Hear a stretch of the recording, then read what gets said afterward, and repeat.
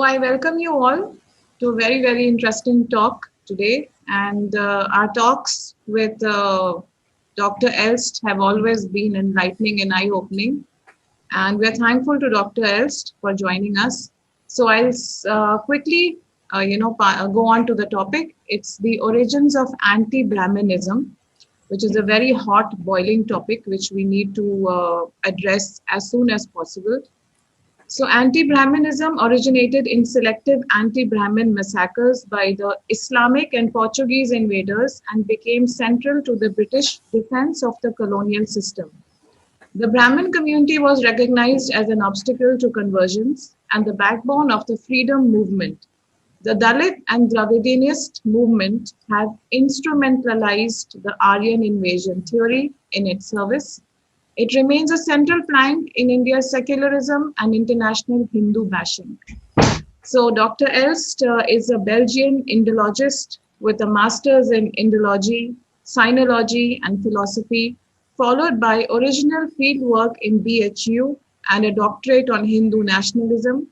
One of the few Westerners to actively defend Hinduism, he is known for his blunt and objective views.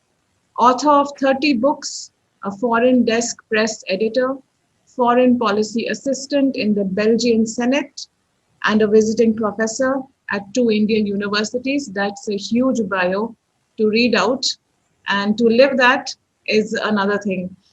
So, namaste, Dr. Elst, and welcome. Namaste. I'll start with the first question for Yeah. today's session.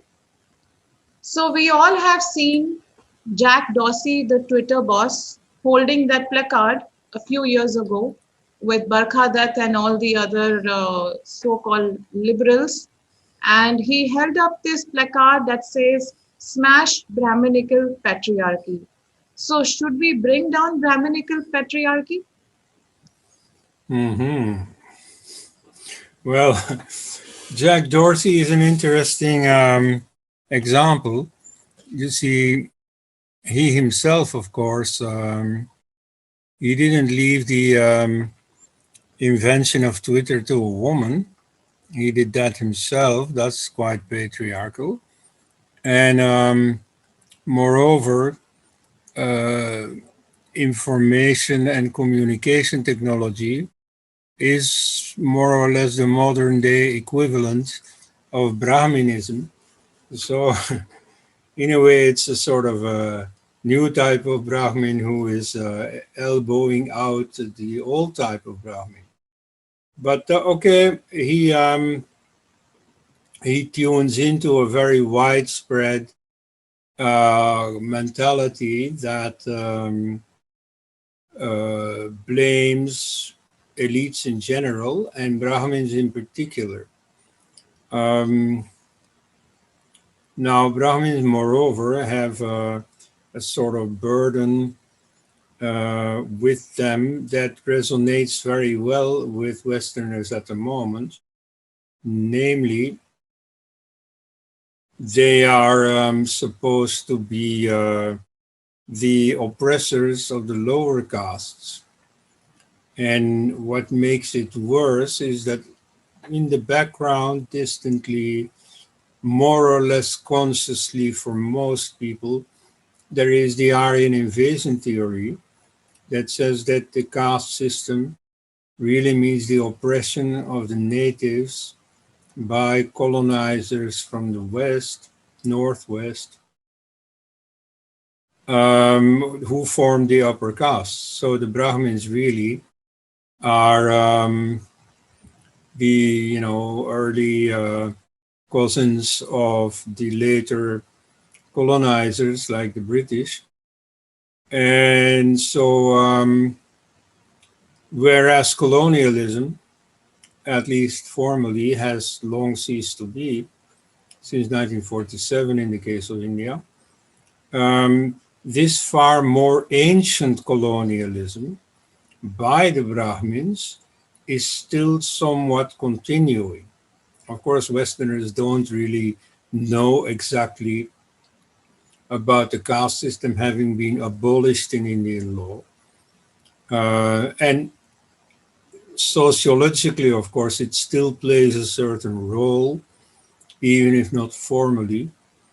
And so, the point is made that if we belatedly have turned against colonialism and against colonial racism, then we should continue to fight it wherever it's still lingering. And that is mainly in the Indian caste system. Other countries too may have certain problems, but the most glaring example worldwide is the Hindu caste system. And so there the Brahmins are absolutely the bad guys. They're supposed to be on top. They're supposed to be rich. You see, most materialist Westerners um, can't think out of the box so much. They automatically assume that anybody who is on top will take the financial benefits of that and will end up rich. So they assume that the Brahmins are the rich people, that they own India. And so they practice a form of racial slavery. Of course, caste is not really slavery, but that's all too complicated for observers at a distance. Now, of course, Europeans have practiced slavery themselves for some time. Most people in the world, maybe not Indians, but very many people have. We know about the Incas, the Aztecs, and so on. They had their own slavery system.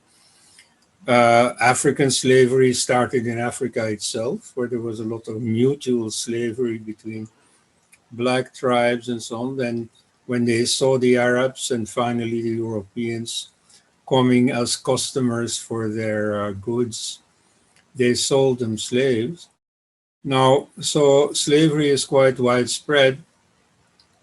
But okay, Europeans did plenty of it, and on a scale not seen before, transatlantic. But nevertheless, at some point, they got a pang of conscience. And first the French revolutionaries, then the British Empire abolished slavery. And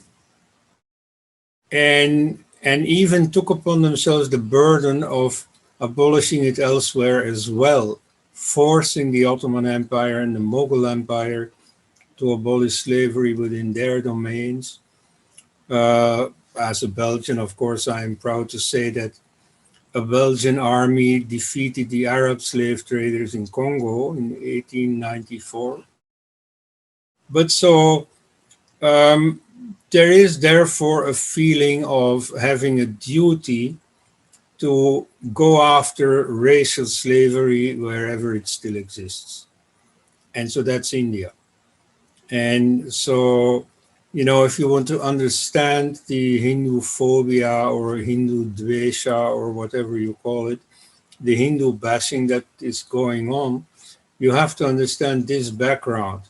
You see any more recent stuff about, for example, Hindus being perceived as anti-Muslim, and Muslim being some sort of a holy cow in the West the last 2-3 decades. You see, that adds to it. But the soil really is this anti-caste feeling. And so yes, I mean, he doesn't know better, this Jack Dorsey. He just follows suit, he's not saying anything new. He's just saying what most Westerners naively think. So they think it's a very bold move to be anti-Brahmin, whereas you see Brahmins are hardly in power nowadays. Is there ancient indigenous evidence of anti-Brahminism? First of all, the ancient epics and other writings were mostly written by Brahmins. And they are not so much about Brahmins, they are about Kshatriyas. They are about the elite. You should see this in the ancient social reality. You had the Rajanyas or Kshatriyas. They had the power. They had not the money so much, but the means of getting that money. And so they employ the Brahmins for their purposes, namely as expert advisors, ministers, but originally as poets who had to sing the praise of the king. And so that's how the Vedas start. And it's what you see in the Puranas when they devote a lot of attention to making the king lists. You see, the absolute backbone of the Puranas is these king lists. And it's a red thread for history. You know, it's very difficult to do history unless you have this trail to follow. And so you have these king lists, and what they really are meant to do is to eternalize the king, to perpetuate him, you know, to give him undying glory. And so Brahmins, you know, become the habitual chroniclers and writers. And so they write about royal families. And the prime example, of course, is the war of succession in the royal house of Bharata. And so that's what the epic is about. Now, there you rarely hear the voice of ordinary people. You know, once in a while there is some poignant scene, but mostly not. And so if there was a popular anti-Brahminism, and I have never heard of it, if there was one, you know, probably it was never recorded, never written about. Now here I have to confess, you see, the great problem with Sanskrit literature is that there is so much of it. And I started too late in life to get to know it. So I think Indians are generally in a better position. So there are many writings that I just don't know about. And maybe there, you see, there is more such information. But I see little of anti-Brahminism except among the class that they did describe, namely the Kshatriyas. So there is some disparaging, you know, that Brahmins are poor and, you know, they just don't have the kind of power that the Kshatriyas have. Like in the description in the Chandogya Upanishad of the start of the doctrine of reincarnation, you see there is a Brahmin asking the king, you know, what happens after death? And the king says, well, we know, and you don't. We kings, we know, and that's why we have the power. Why? Because if you believe in reincarnation, you are braver and less scrupulous. Because if you die in the battlefield, well, you come back. You are reborn, as said among Kshatriyas in the Bhagavad Gita. And you're also less scrupulous because the other guy, whom you're going to kill on the battlefield, he will also be reborn. So it doesn't really matter. You can just go on killing and not be troubled by it. But so there is an air of contempt in that scene where the king explains, you see, we know the realities of life, even of, you know, the larger framework within which a human life takes place. But yeah, that's, you know, that's a matter of interpretation, perhaps. But you see the quarrel between Kshatriyas and Brahmins, perhaps the most vividly in the works of the Buddha. The Buddha, after all, is a Kshatriya. And on the one hand, he's a conservative. He wants religious customs to continue. He says so explicitly. All the pilgrimages, all the temples and so on that exist, he wants them to remain honored. It's not true that he was a revolutionary. But on the other hand, he does quite a few times rhetorically argue against Brahmins. And we assume that this is authentic. Of course, the Pali Canon was written down only 200 years after the Buddha, so a lot can happen in the meantime. But by and large, we assume that this is correct. It's also logical. There may well have been a certain animosity between Kshatriyas and Brahmins. And so the Brahmin source, which are the Shastras, that put Brahmins at the head, as the first, as the highest Varna, well, that may have been only the Brahmin perspective. You see, Kshatriyas very probably saw themselves as the most powerful, as being on top. So there you see there is a certain rivalry. I wouldn't call that enmity. I wouldn't call that anti-Brahminism. But certainly the Brahmins had certain rights and certain duties, and that may have created jealousy or animosity like you have between any two human groups. Apart from that, I don't, I mean, if you believe the Dalit movement and so on, anti-Brahmanism should have existed since the beginning. But I don't know of any trace of that. How did Islamic anti-Brahmanism find utterance? Yeah, well, when Islamic invaders came, what they wanted to fight was paganism, was unbelief. And so in that sense, you see, Brahmins were the same as everyone else, namely that they were going to hell, that, they were trapped in this false belief. However, Brahmins were something special because they were the leaders of the unbelief. They were the guides who led people astray, who kept them away from Islam. And so you do have, according to Muslim chronicles, a number of specific massacres of Brahmins. Like you have a famous case in the history of Kashmir, where thousands of Brahmins are given blank, the choice, either conversion or death. And none of them converts.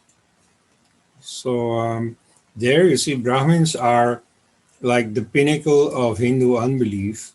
And so it's as a matter of struggle against Hinduism that there are acts of specific anti-Brahminism.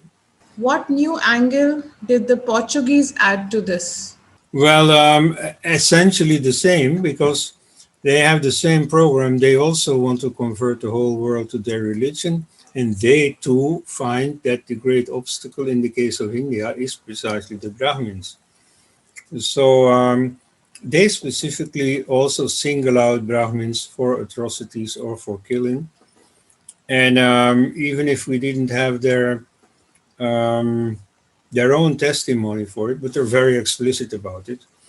They describe the Brahmins as, a formidable enemy. Formidable, admittedly, they admit that, but an enemy is absolutely.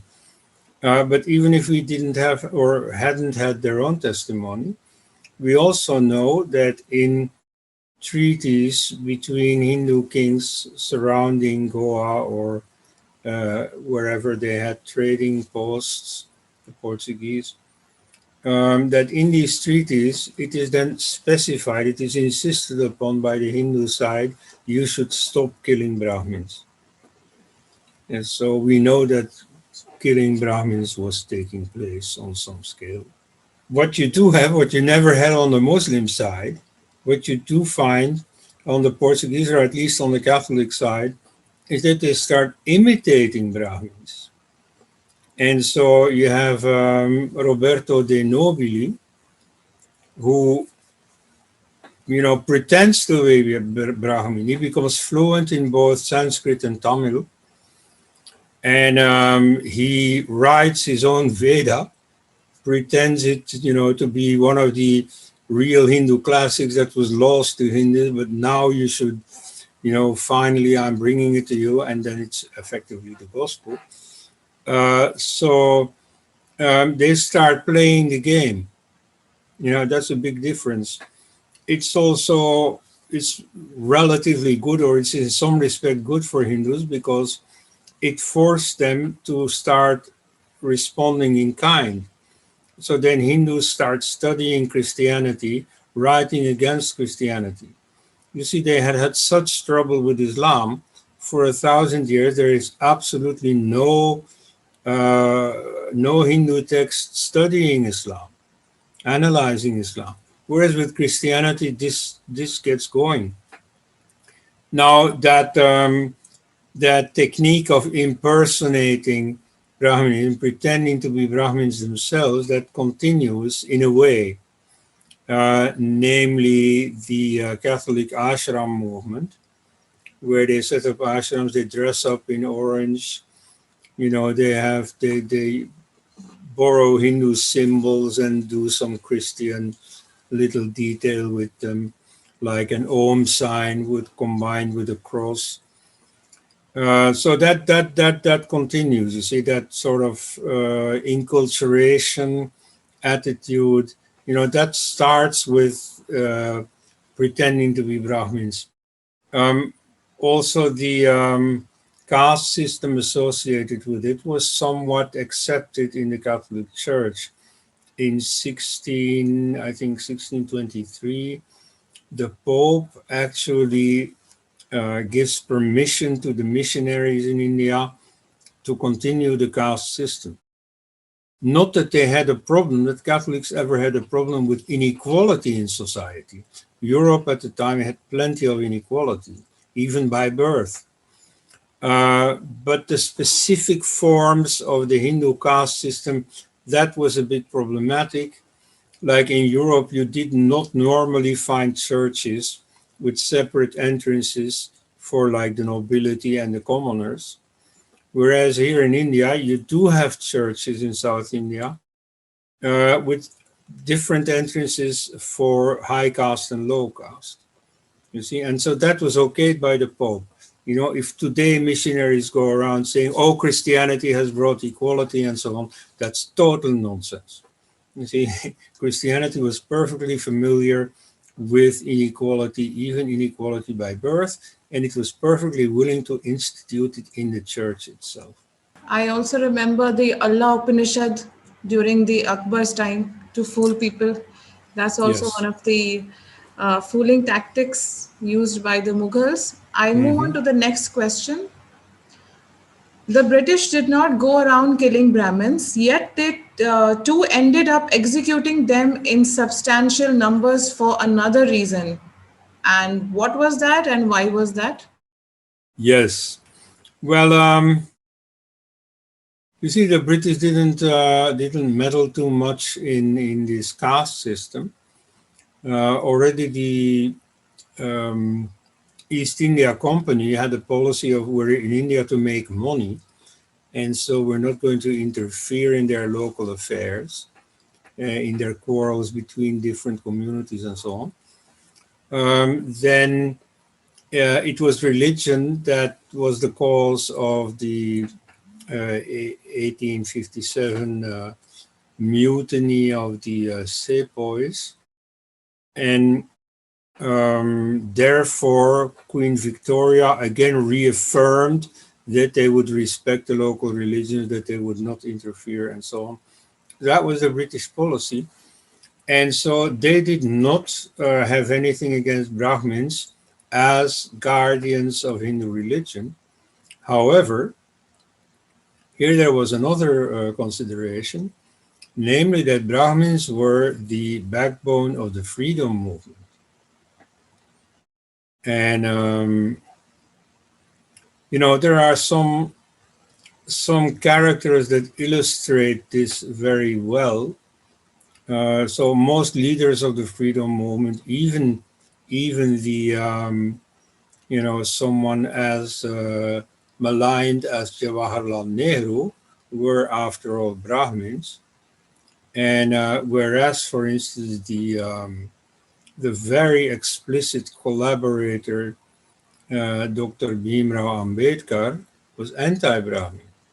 And today the Ambedkarite movement um, likes to bring to memory that the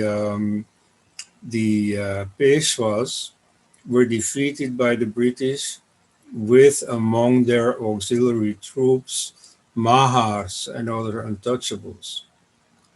So, those little illustrations somehow show you or suggest the distinction between Brahmins on the side of freedom fighters, other castes on the side of the collaboration with the colonials. Now, of course, the picture is not that black and white at all. Nevertheless, it is a fact that the majority of people killed for their involvement with the freedom movement were Brahmins. And so it's in that sense that, yes, the British did some killing of Brahmins, not because they were Brahmins, but because they were freedom fighters. Is this association of Brahmins with the freedom movement the reason why they supported the non-Brahmin movement? I think you addressed it in your answer just now. Well, yeah, but it's a point that deserves highlighting. So the Justice Party, which became the Dravida Munnetra Kazhagam, that started in I think 1916 in Madras under British patronage, just like the Muslim League started under British patronage.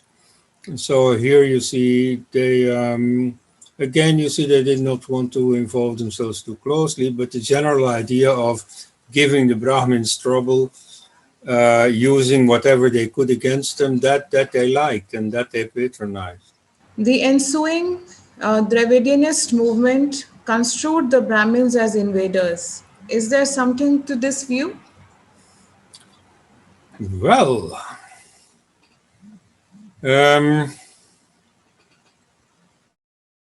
yes, Mallikarjuna Kharge said about 5 years or so ago in Parliament. So he was a low caste Dravidian, also member of Congress, and he said that you Aryans don't belong here. And indeed, it has been a long time Dravidianist slogan. You see Brahmins go back to Central Asia and stuff like that. So this is all based on the Aryan invasion theory.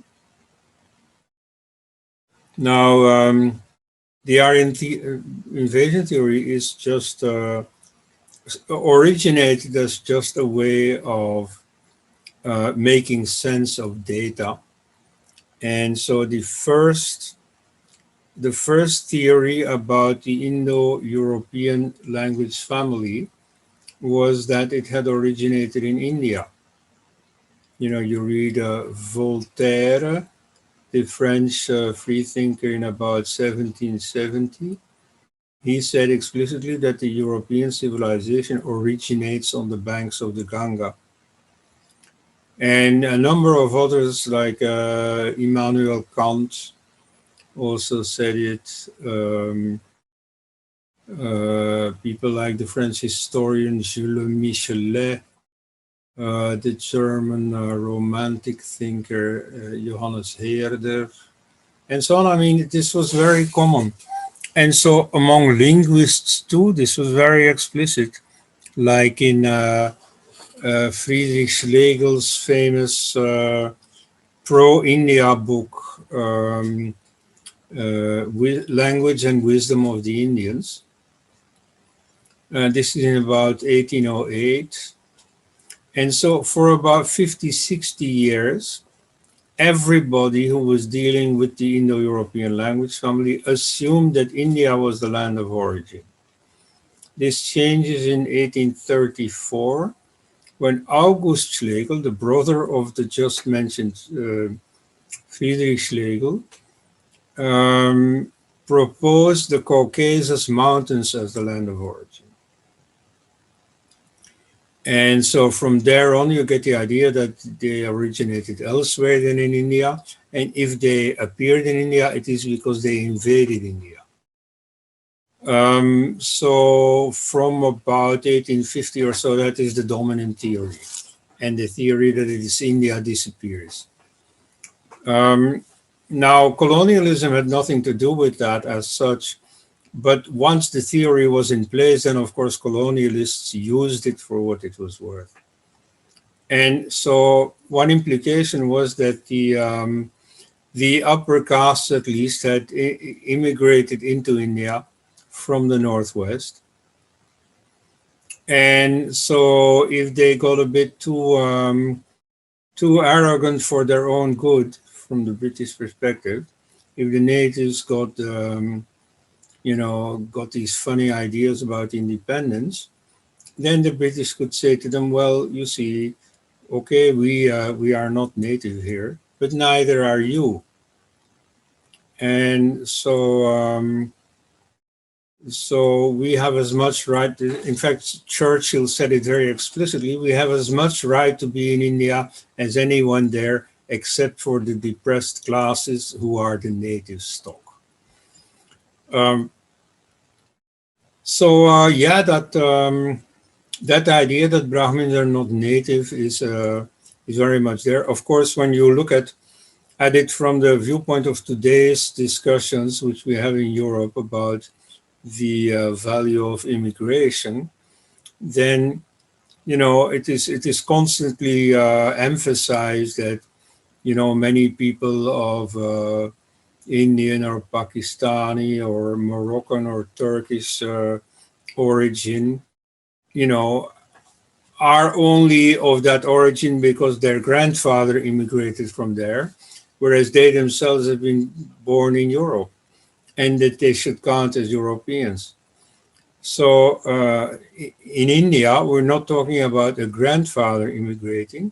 We're talking about somebody 4,000 years ago immigrating.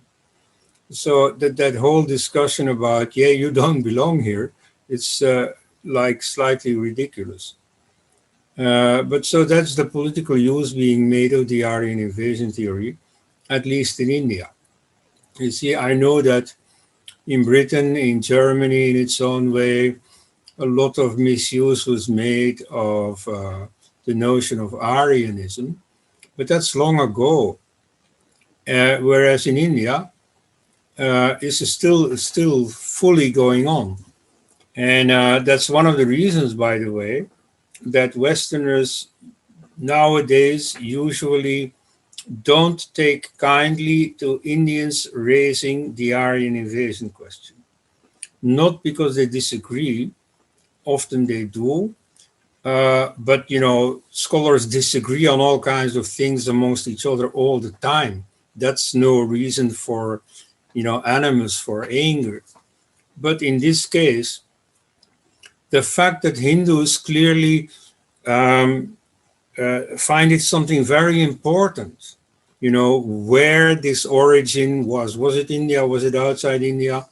And so they think this is all strange, you see. Like, what does it matter? And so from a modern post-1945 viewpoint, no, it doesn't matter. But in India, it continues to matter. Here you see the time has stood still. The Aryan invasion theory is still very, very politically relevant.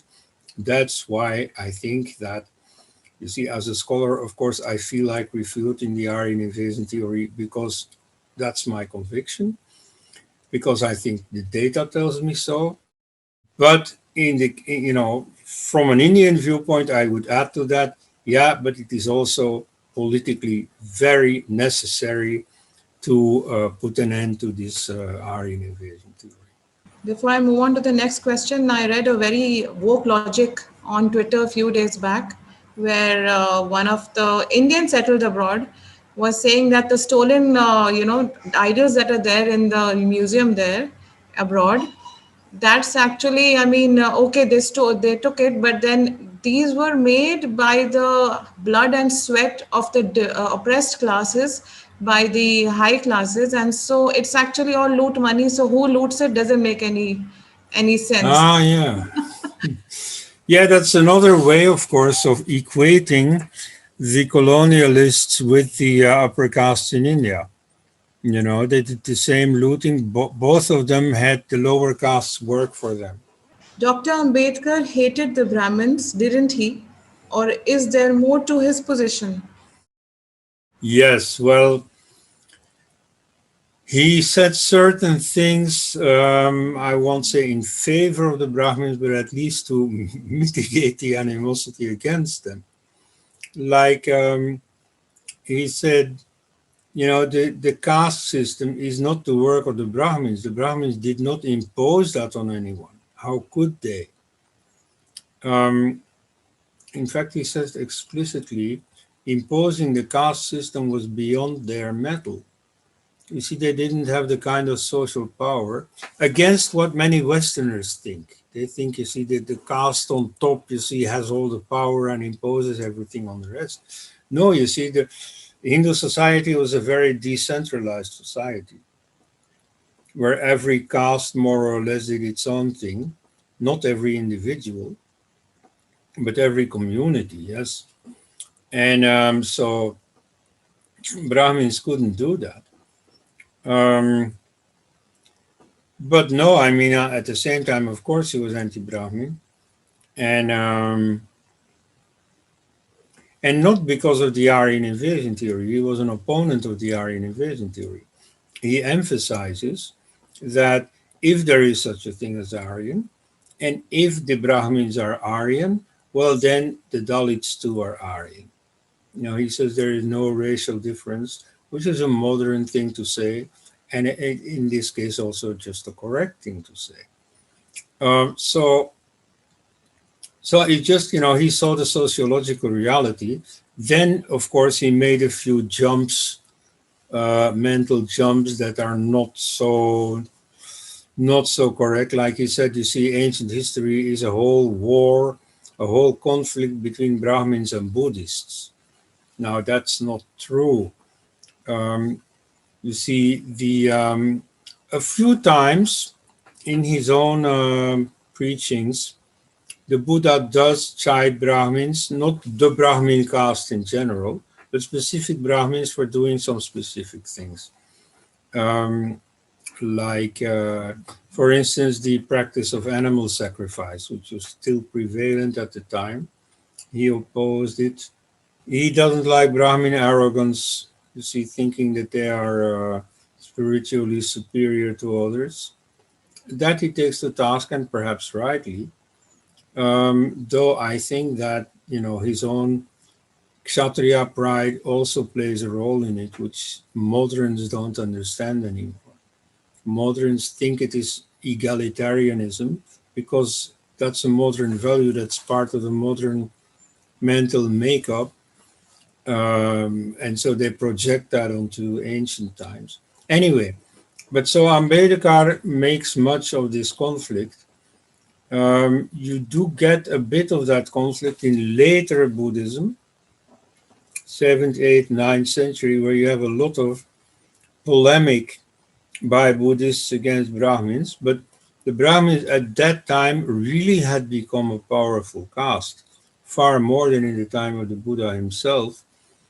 And there was far more interference of caste norms, caste pride in spiritual matters, like the notion that, you see, a Brahmin is not only entitled to being served the first in an assembly, or, you know, to speak up when others have to shut up, and so on. No, Brahmins are also entitled to enlightenment or going to heaven and so on. You know, the status of privilege extends even to the spiritual realm. That the Buddhists didn't accept, and personally, I agree with them.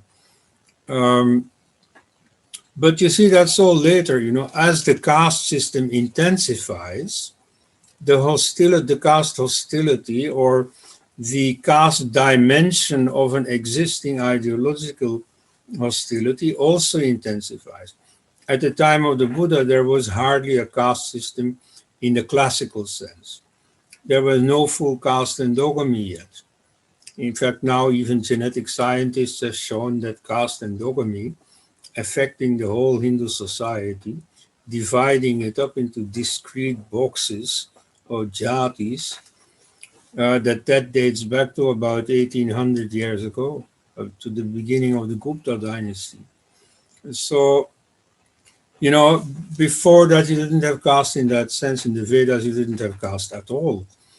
And so, as it hardens, you know, there is more and more polemic about it, and against Brahmins in particular. But that's later, you see, that's not what occupied the Buddha himself. So Buddha was an aristocrat, and he is certainly not egalitarian. Like, he recruits mostly among the upper castes.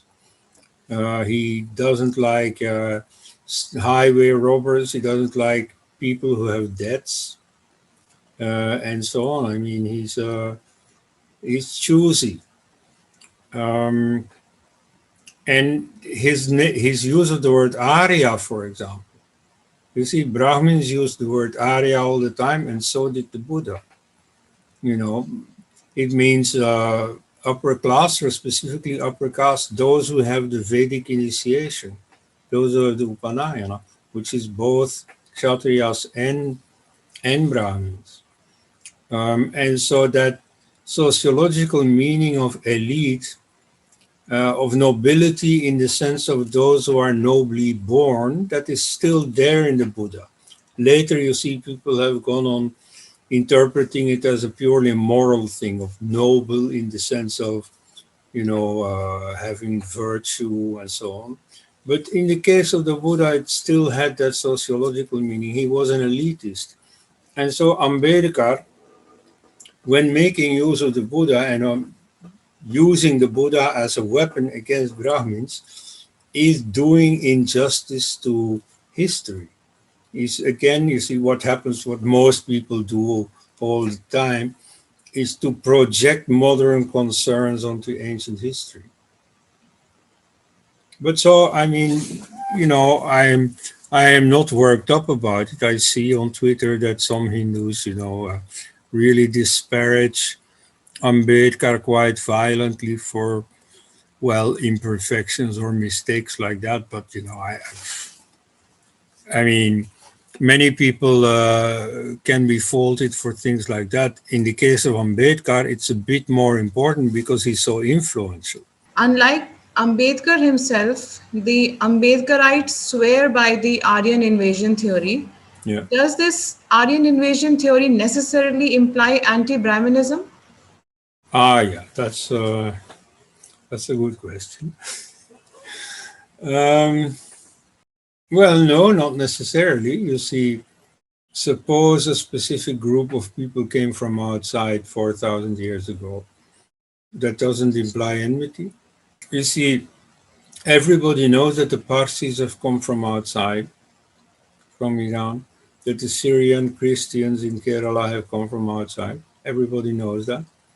Yet that's not the cause of enmity. Nobody says to the Christians, hey, go back to Syria. So, no, I think these are two separate issues. You see, this Aryan invasion theory has been instrumentalized, you see. I mean, you know, since the Brahmins are seen as your enemies, you collect everything you can find that can be used against them. And so then the Aryan invasion theory comes in handy. But you see, in a sane worldview, you see, this is just so unimportant. Has anti-Brahminism been enshrined in law?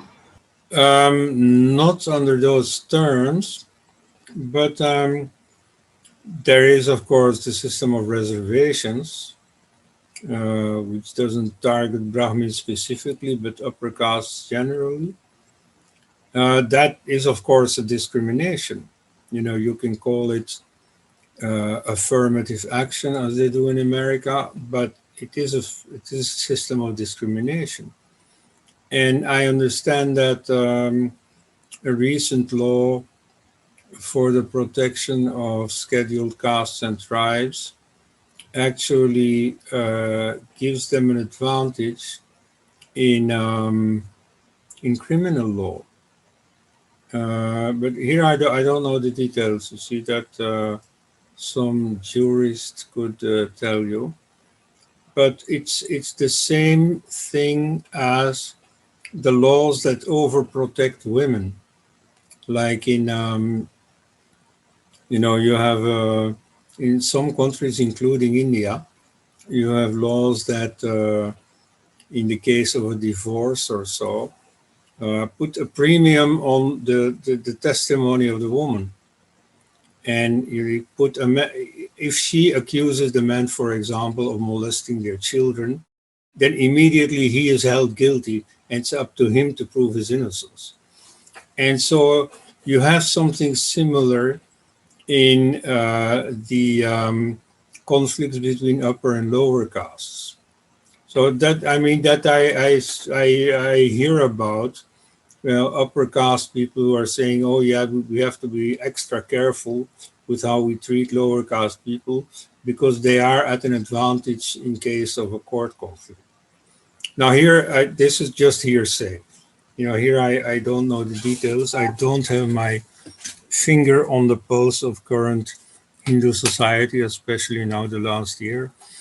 But there certainly is something like that, but how far it goes, how serious it is, how many people it affects, I do not have the details. Why do modern Westerners who have no dog in this fight still tend to have a negative opinion of Brahmins? Well, it's something that everybody learns is about the freedom struggle and about Mahatma Gandhi,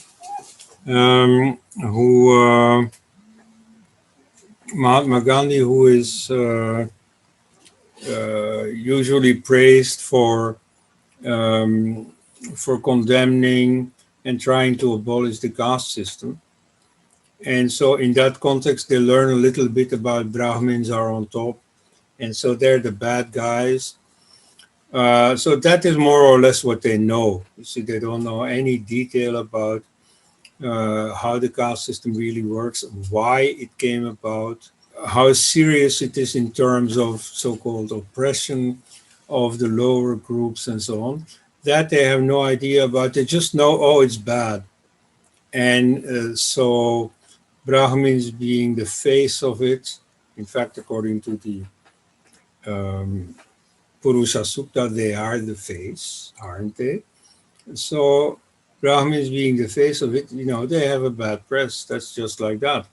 And so anything they hear about India is seen through these glasses. And so that continues. You see, there's nothing particularly happening to change that. And once in a while, India as such gets a good press, and then that is not, that's not so much pressed upon. But mostly India comes negatively into the press. Like when India did very well against Corona, nobody wrote about it. When the Corona crisis broke out in spring this year, then suddenly it was big news. And then, of course, it was used against the BJP government and so on. And so, on the whole, you see, there is this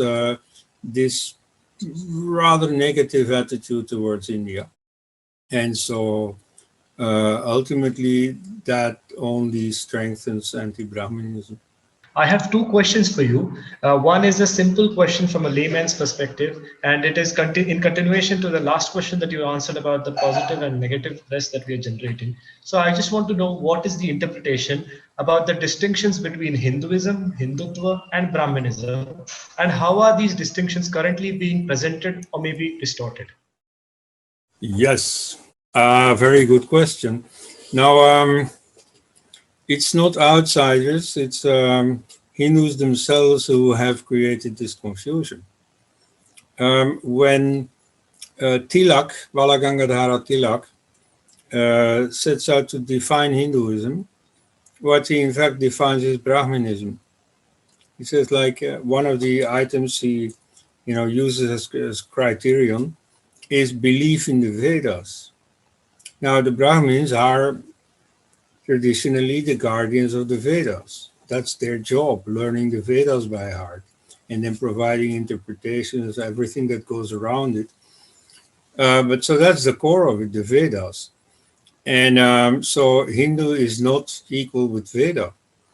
When the Arab invaders under Muhammad bin Qasim brought the word Hindu into India, they meant Indian pagans, every Indian who is not a Muslim. And so that included everyone. That included Brahmins, of course. That included Buddhists, or as they called them, clean-shaven Brahmins. And that included tribals and even groups that didn't exist yet at the time of Muhammad bin Qasim, like the Sikhs, for example. The Sikhs may say all they want, but by the definition that the Muslims brought into India, they are Hindus. And the Veerasaivas are Hindus, and the Ramakrishna Mission are Hindus, and so on, whether they are Brahmins or not. Or even anti-Brahmin, because in the vast Hindu society, there are animosities. And so, like the one I described between Kshatriyas and Brahmins, okay, that may have been there once in a while, here or there, but that doesn't save you. You're still a Hindu if you are not a Muslim, or if you're an Indian who is not a Muslim. So these are two very different concepts. Brahminism is a term that is meaningful, that can be used, but that specifically refers to the Vedic tradition. Now, there is plenty of non-Vedic elements in Hinduism, like the goddess cults, for example. Like the temple cults in the Vedas, there are no temples, there are no murtis. When they worship the sun, they worship at sunrise. When the sun is coming up, they worship the sun, the real sun. They don't have a representation of the sun. No, they have the real sun.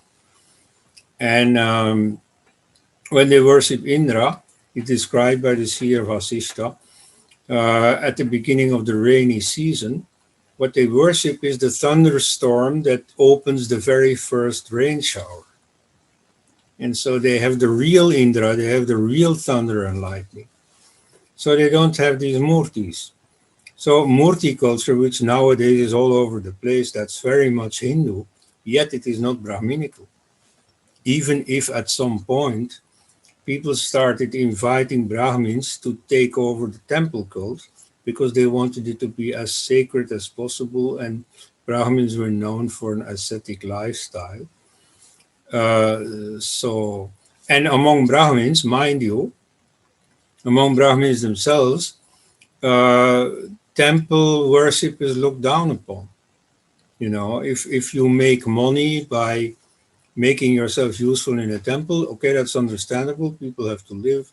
But compared to strict Veda practice, this is the second best option. So these are two different traditions. The Vedic tradition is separate from the temple cult. Yet the temple cult is very much Hindu, no doubt. So that's different. Then as for the word Hindutva, well, that's not my favorite. Very often organizers like here Sangam, I don't know if this specifically counts for Sangam, but I mean organizers in general often introduce me as, Konrad Els is a proponent of Hindutva. Now there I always correct them. They can make mistakes in my biography, I don't mind, but that one I won't let pass. You see, no, I'm a critic of Hindutva. Now, Hindutva is, of course, a rather funny word. It's a Persian word, Hindu, with the Sanskrit suffix tva. And so it was made up in the late 19th century by some Bengali writer whose name I forget. It was used certainly by Chittaranjan Das, who was one of the great freedom fighters. And so it was not invented by Veer Savarkar, but he made it, he launched it, let's say. He made it a household term in his book, Hindutva. And so that means the fact of being a Hindu. And so his decisive criterion is those for whom India is the fatherland and the Holy Land. So that makes sense. Namely, the word Hindu does not mean a pagan in general. I'm not a Hindu because I'm not Indian. I have no real connection with India. So it means those pagans who are Indian, for whom India is the fatherland, but also for whom India is the Holy Land in the sense that their sacred places are in India and not in Arabia or in Palestine.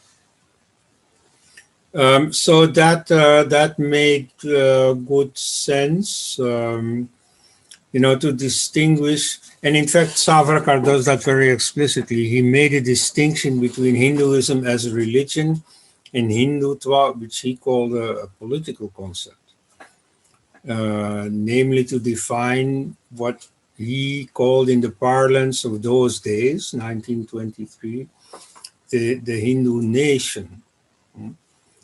But so that's a different thing. And after the assassination of Mahatma Gandhi, when the Hindu Mahasabha collapsed because of association with the assassin, effectively the word Hindutva has become synonymous for Sangh Parivar, for the RSS movement. And so that represents a very specific angle, a very specific interpretation of Hinduism that is certainly not, that doesn't cover the whole of Hinduism. And that is a tendency that I have rather serious criticism of, which I don't of Hinduism as such. I mean, I know there are certain phenomena in Hinduism that I don't like, but that's because Hinduism is so tolerant, so pluralistic. And as Girilal Jain once said, nothing ever dies in Hinduism. And that explains a lot. So you have a lot of ancient practices in Hinduism that are just there. If it hadn't been stopped by law, then sati would probably still be there, even if not appreciated by most, but there would be some weirdos who would still practice it. And so Pashu Bali, for example, animal sacrifice. Now, personally, I don't believe in that at all. The people I hang out with don't practice animal sacrifice, but there are communities in India that practice animal sacrifice. So that hasn't died. So there's all kinds of things in Hinduism, but that's because Hinduism is so pluralistic, and that's a very good trait. So I don't criticize Hinduism as such, but I'll criticize certain movements within Hinduism, and especially the Hindutva movement. So the thing is that the Brahmanical theory was the part of the teaching, and it was in the universities, gurukuls, and different way of teachings. So what happened with the time that they stopped the gurukuls, then the universities, and suddenly it got to in a negative direction? So can you give your view on this? I'm not sure I understand your question, but I mean, the stopping of traditional education by the British, that's a well-known fact. There is a very interesting study of this by Dharampal, and another very interesting review of that book by Dharampal by Ram Swarup. But so, as you know, Hindu education continued under the Mughals and then under the early British until Lord Macaulay in 1835 instituted a new educational policy, which was modeled on what existed in Britain and which would promote English. He didn't mean to replace Indian culture completely with English culture. What he says is he wanted to create a class of interpreters who would bring the British outlook to the natives, then in the native languages. You see, he only meant this for a certain elite class to be anglicized. And then it was their job to anglicize not linguistically, but culturally the rest of the Indians. And so one element there was to replace the native system of education with English education, even if not in language. You see, in present-day independent India, there are still, even though they're under fire, but there are still thousands of vernacular schools, but they have the modern arrangements for education. You see the courses they teach and so on, the whole system of having separate forms, separate classes. So, I mean, it's the same system that you find in Germany, in Russia, and so on. The modern education system, whether it is in English or in Telugu or in Hindi or whatever. But so it's not a traditional Gurukul system where pupils flock around a teacher, stay with him for their whole education period. So no, that has been abolished. And in order to revive it,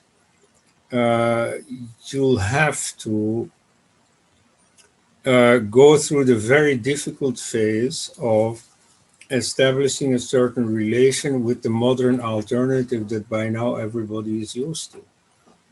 In education, in law, it's even more difficult because in law, you see every letter of the law can at some point make a difference and be important.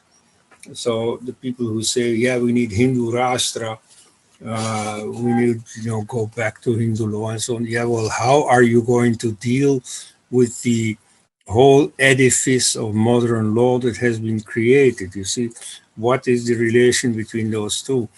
So Gurukul, I'm all for it. But, in a modern age, it certainly has its problems. At any rate, it was abolished by the British, and they did so because they wanted the best for you. You see, Lord Macaulay is usually denounced as the colonialist par excellence.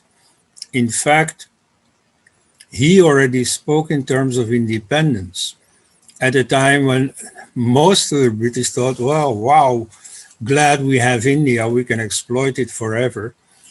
And so he was thinking of, we are okay, like everybody, Lord Macaulay, think that the Indians are inferior, not because they are intrinsically inferior, but because they are a bit behind in cultural development.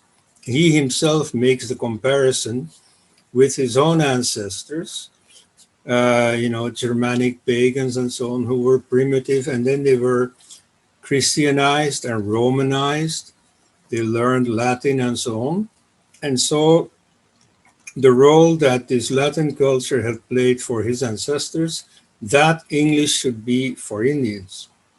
And so he wanted to bring Indians up to the level of the British and then deal with them as equals, as independent. So he thought he was doing good for Indians.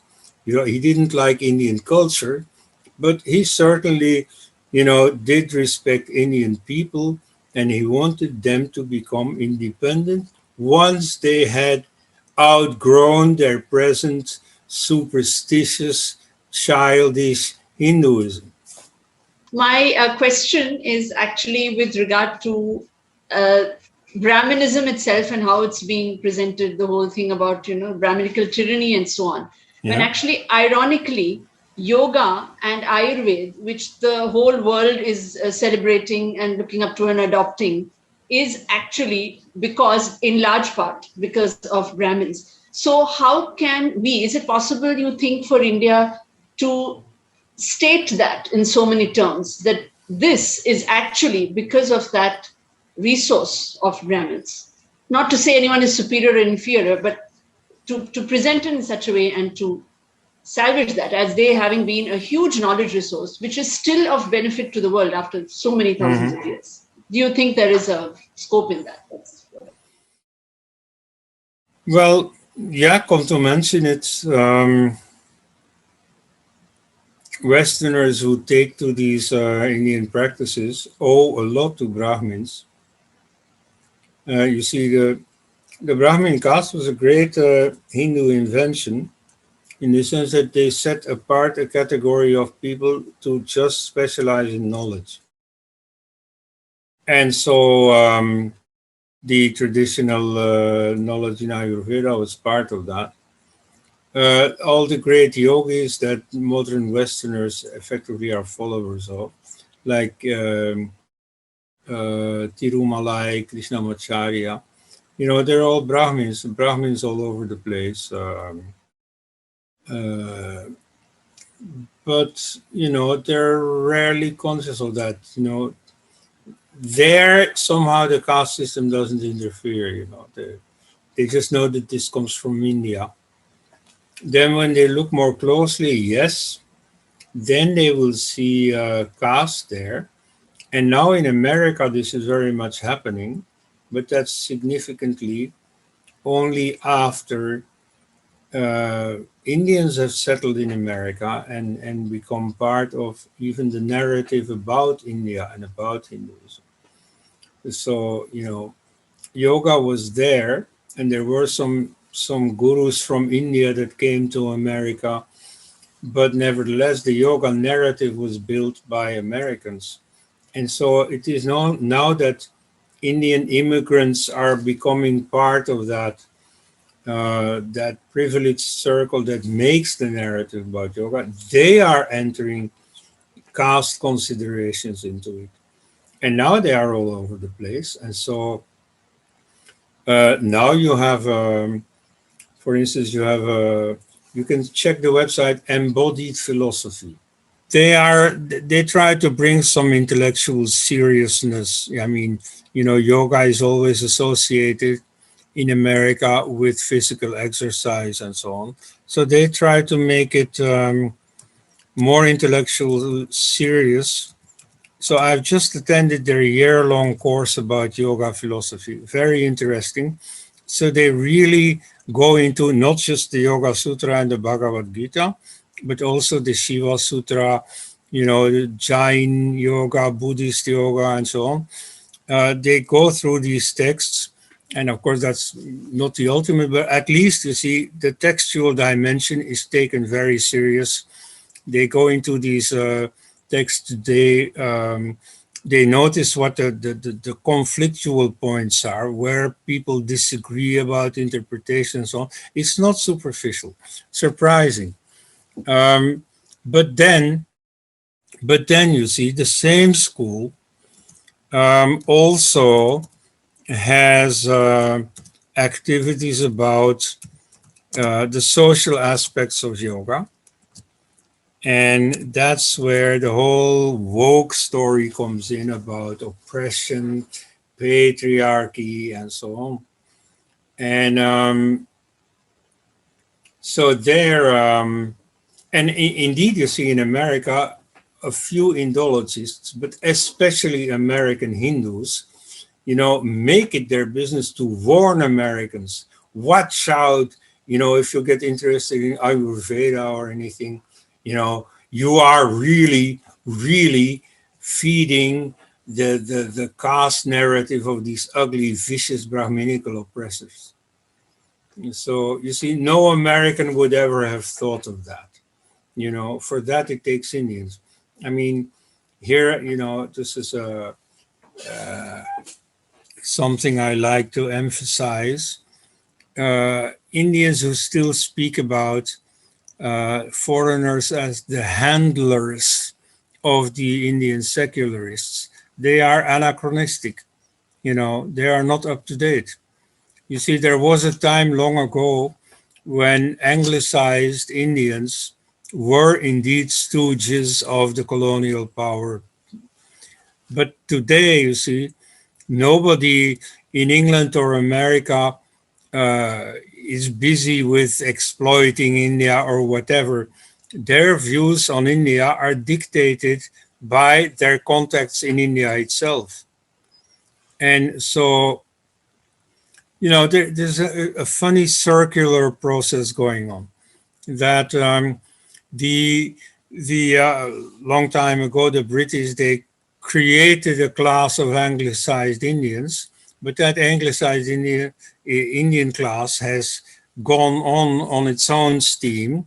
It has, for example, succeeded in 1965 in blocking the changeover from English to Hindi. Very important. And so now you see India is being Americanized all over the place. And now you see this anglicized class doesn't take orders from the West anymore.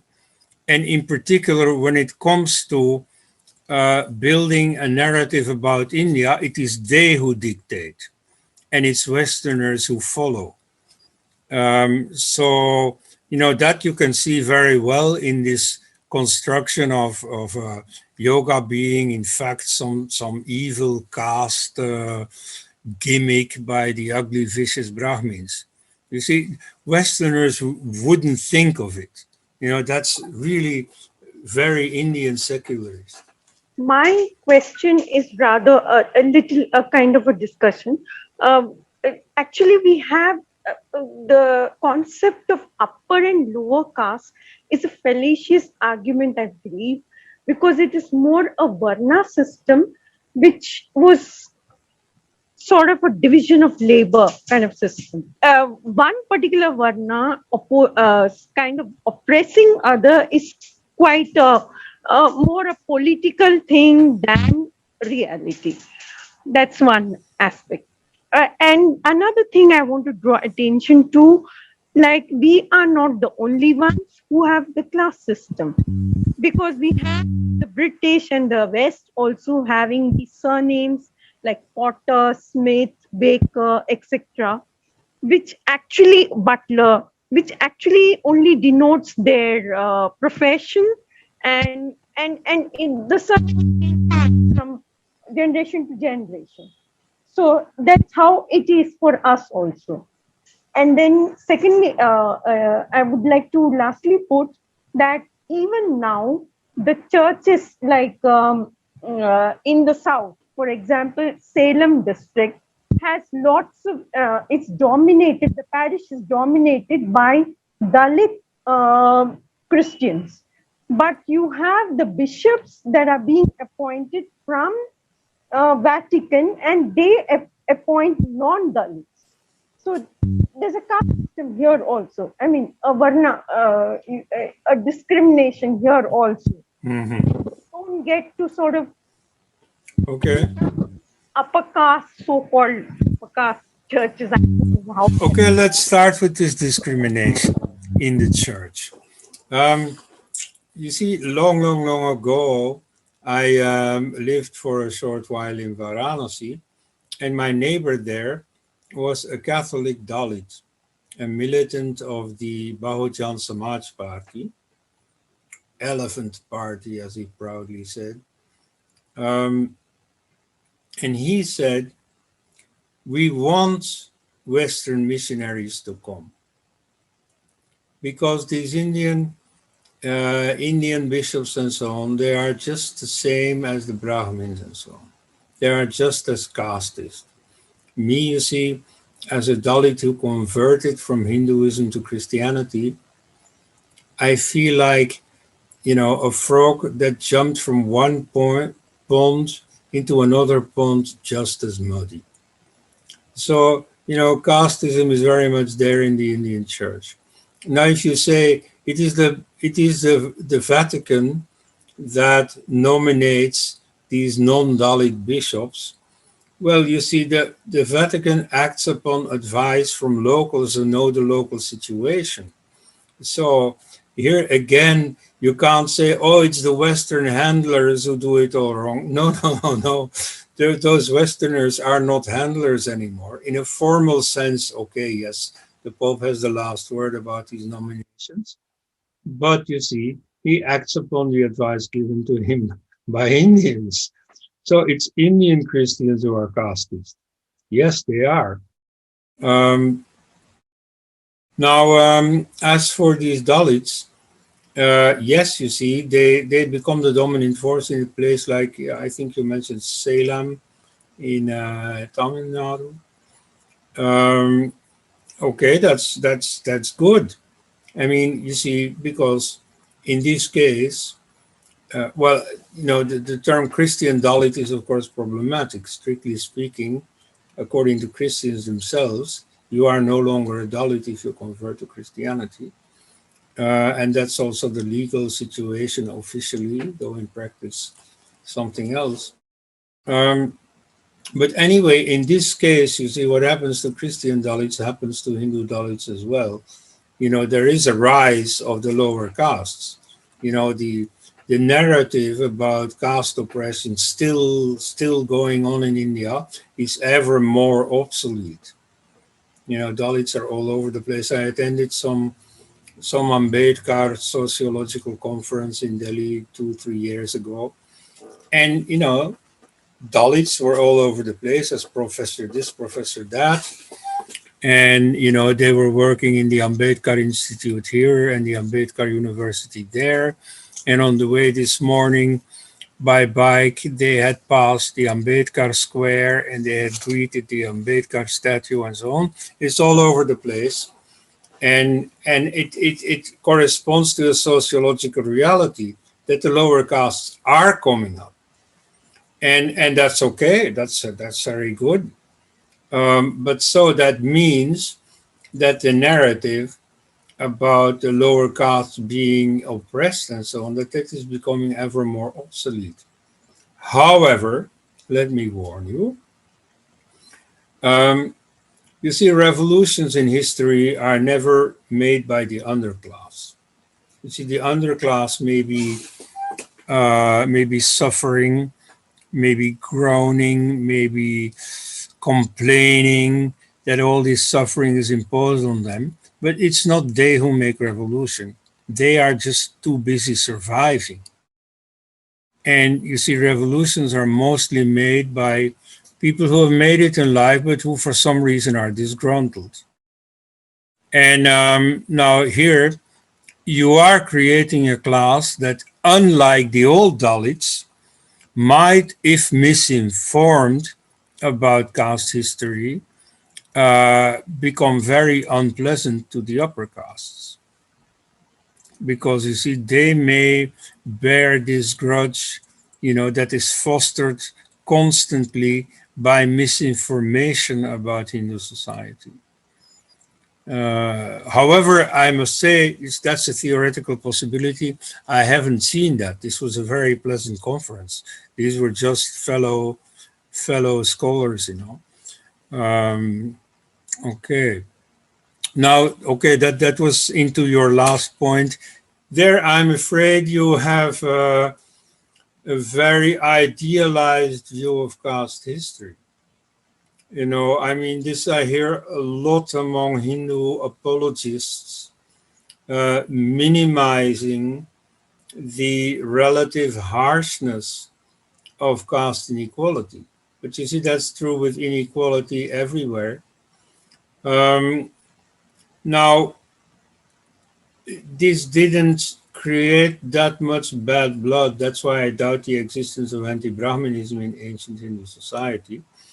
Because you see, people are used to inequality. They do not expect to be as rich as the king. They don't hold it against the king that he is rich, whereas they themselves are not. So these inequalities are humanly bearable. I mean, I live around lots of people who have more money, or who are more handsome, or who are better connected, or, there are inequality everywhere. And so for most people, this is the normal thing in life. But nevertheless, it's a reality. These inequalities are a reality. So to downplay caste, it's only a system of guilds, of division of labor and so on. Well, that's too easy.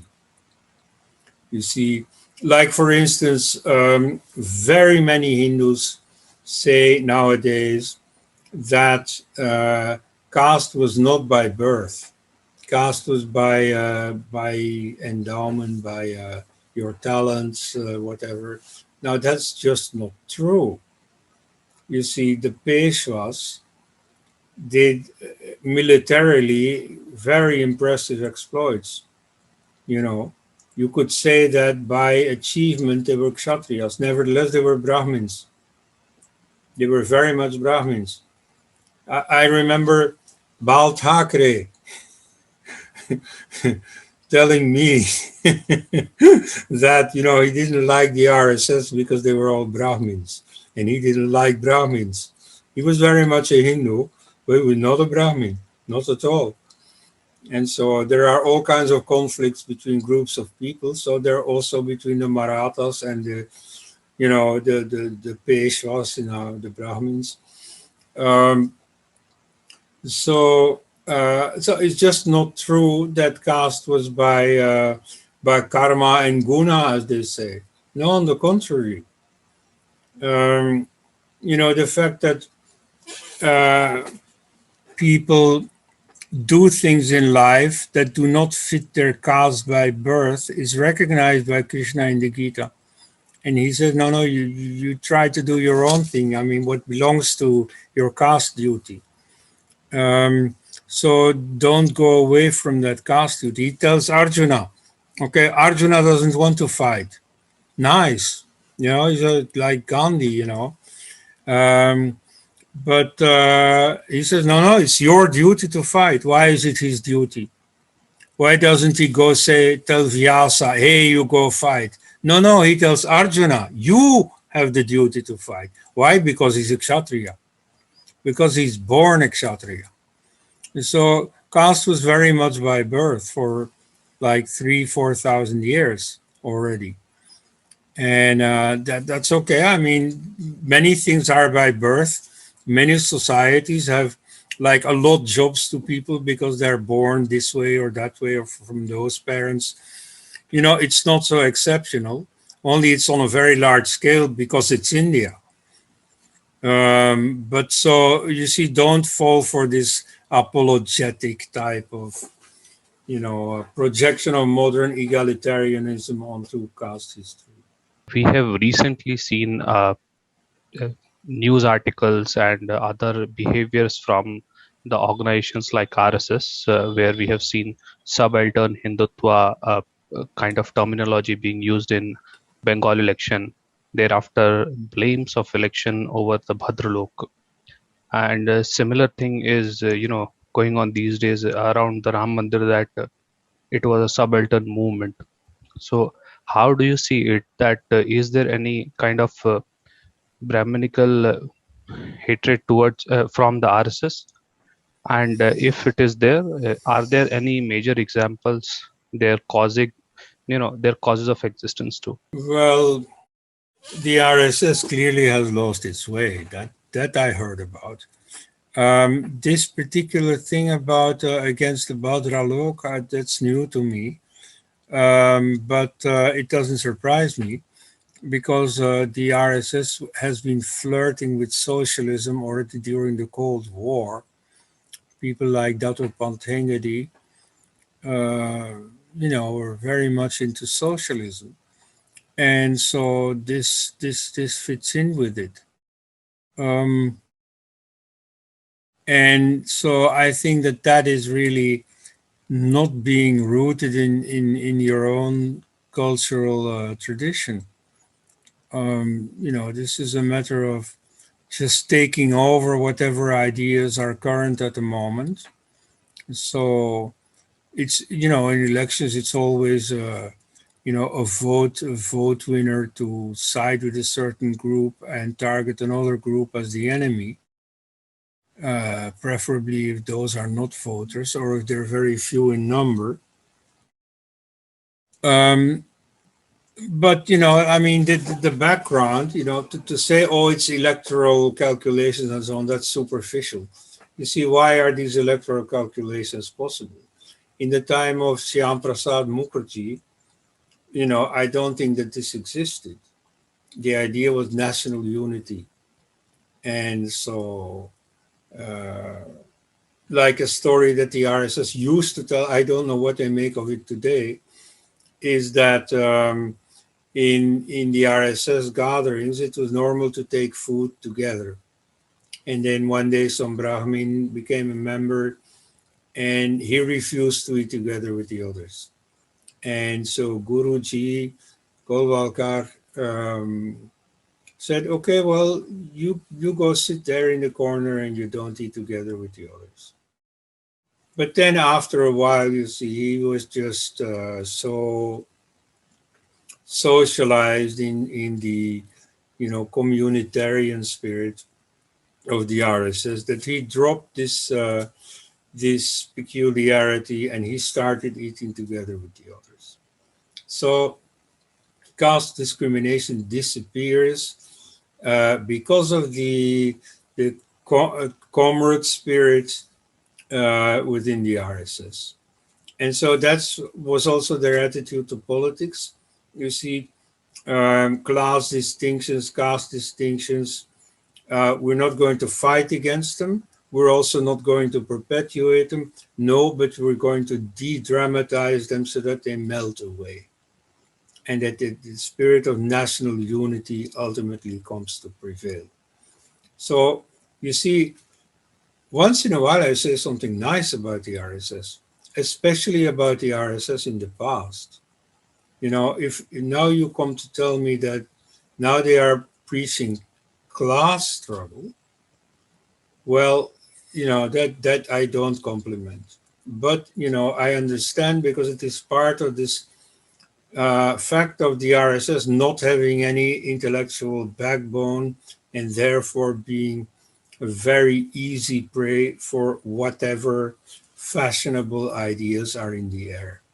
I remember when I researched the RSS BJP in the 90s for my PhD thesis, I noticed going through the electoral leaflets of the BJP how much current jargon is being taken over. Like at that time, for instance, they spoke about women's empowerment. You see, words like emancipation and so on, they had gone out of fashion. Somebody had said, it's not enough to be put on a pedestal. No, you have to have power. That's what makes the difference. So they started speaking of women's empowerment. So next day, you find that same term in BJP propaganda. And so now with the whole woke movement and so on, you start finding all these new jargon in RSS discourse. And so you see, it's in that spirit that you get the phenomenon of class struggle in the Bengal elections. So I deplore this. I have two observations that from our knowledge of rishis and munis and from one Satyanarayana Katha, which is related in every household in North India, Brahmin has always been poor. They say Garib Brahman tha. So I feel that Brahmins were not rich any time in the history. They had political power because the kings used to send their children to their ashrams for learning. Now, with this observation, I have a question that why there is anti-Brahmanism in South India, particularly in Tamil Nadu, so much as is not in North India. My question is, why there is anti-Brahmanism in South India, particularly Tamil Nadu? Yes, okay. Well, there, of course, the argument of Aryan invasion plays lots more poignantly because they are supposed to be the natives of India. But tangibly, what really made the difference is the fact that there you had this Justice Party that became the Dravida Kazhagam, then Dravida Munnetra Kazhagam, then there was a split off with the Anna Dravida Munnetra Kazhagam. Anyway, that political history, of course, has to be taken into account, but that was ultimately made possible by the Aryan invasion assumption. And so that doesn't play in the north, though it could play between castes, but there, and again, there you see how, people at the bottom don't make revolution. They don't even start this anti-Brahmin or, Aryan discourse. It's the elites in South India that did this. It is not the Dalits or the Parayas in Tamil Nadu who started the, Dravidianist separatism. It is the local elites, non-Brahmin elites, that did so. And so they had some score to settle with their Brahmin rivals, just like what I just described in Maharashtra, the Marathas with Bal Thackeray against the Brahmins. It's a some local conflict is even a big word, some local animosity that existed, and that then got its chance to become politically viable thanks to the Aryan invasion theory. That for Dravidians had an extra dimension which it did not have for people in North India. Something like that. Thank you. Oh, yeah. And then there is the Christian factor, of course. You see, it's nowadays, of course, there's plenty of missionary activity in North India too, but that used to be there in South India. And so the spread of the Aryan invasion theory and its political implications has a lot to do with missionary activity. Like the first one who started a political use of the Aryan invasion theory, including explicitly anti-Brahminism, was Jyotirao Phule around 1870, and he was a product of a Christian mission school. And so the Christian missionaries are very adamant about this Aryan invasion angle till today.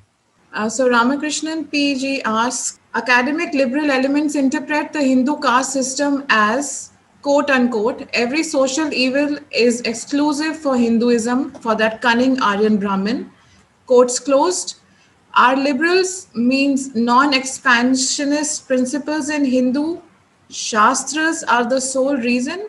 Expansionist Abrahamic worldviews do not have such a value system. Because of that, probably they easily mix and they have exogamy practices and thriving to convert non-Abrahamics, what denotes progression for our Indian culture.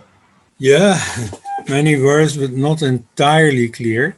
Okay, I'll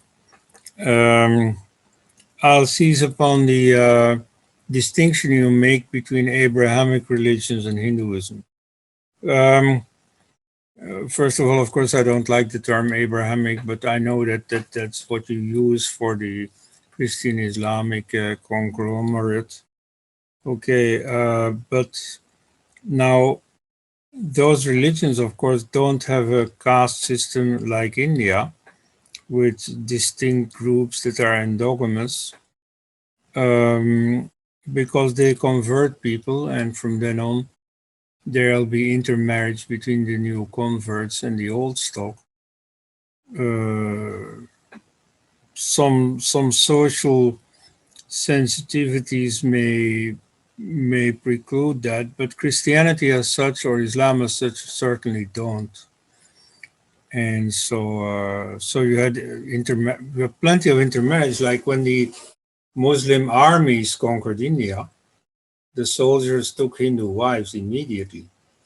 And whether they took them by abduction or, sexual slavery or love jihad or just real marriages, whichever, at any rate, they mixed, and their children were half Arab, half Indian, or half Turkish, half Indian, and so on.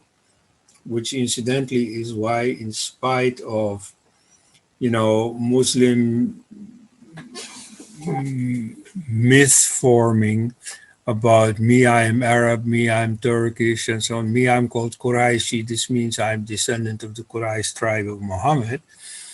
Most of this is just self-flattery. That at some generation 4 centuries ago or so became enshrined, in the sense that became their name. They were called Sharif, which means descendant of the Prophet. Whether they were or not.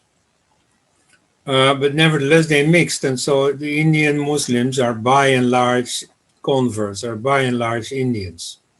And so here, of course, I want to agree with Mohan Bhagwat's saying that Muslims and Hindus are genetically more or less the same. Only unlike him, I don't think that makes a difference. You can be genetically very different also and still blend in very well in Hindu society, or you may be genetically the same and yet form a problem and go for partition and everything else. So I don't think that the genetic factor is very important, but nevertheless, it is true that Muslims, Christians have blended in. And Christians, as a matter of fact, you see, they entered India like in the dawn, the time of the beginning of the caste endogamy, and they effectively became a caste. Still, the endogamy was not very serious, because if you look at Indian Christians, well, they look like people from Kerala. They don't look like people from Syria. So they clearly also mixed a lot. Now what was your question again? So yes, of course, yes. Christians and Muslims mix. They don't mind.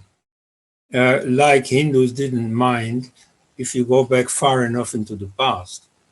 But so the last at least 3,000 years, they did mind. And so then you get this endogamy system. You get these box-type communities dividing Hindu society. So that's the difference, yes. And so if they play on that, they can say, well, caste system is something Hindu and we don't have that. And since caste system is decided to be something evil, they can use that as an argument. See, we don't have this ugly, vicious caste system. However, what is really troublesome about the caste system is not who marries whom, but it is the inequality between the castes. Now, in terms of inequality, Christian and Muslim society have everything that Hindu society has. So they have steep inequality. They even have slavery. While in Christianity it was abolished, but only after atheists and agnostics in the 18th century made slavery disreputable, and then in 1894 abolished it in the French territories under the French Revolution. And so then Christianity took over. Then Christianity started abolishing slavery, but it had existed in Christianity too for centuries. And so in Islam, it had existed till the last. Muslim countries only abolished it under Western pressure. And as soon as they have a chance, like in the Caliphate in Syria in 2014, slavery was back. You heard about slavery of the Yazidis. So they have inequality very much. And so you just remind them of that.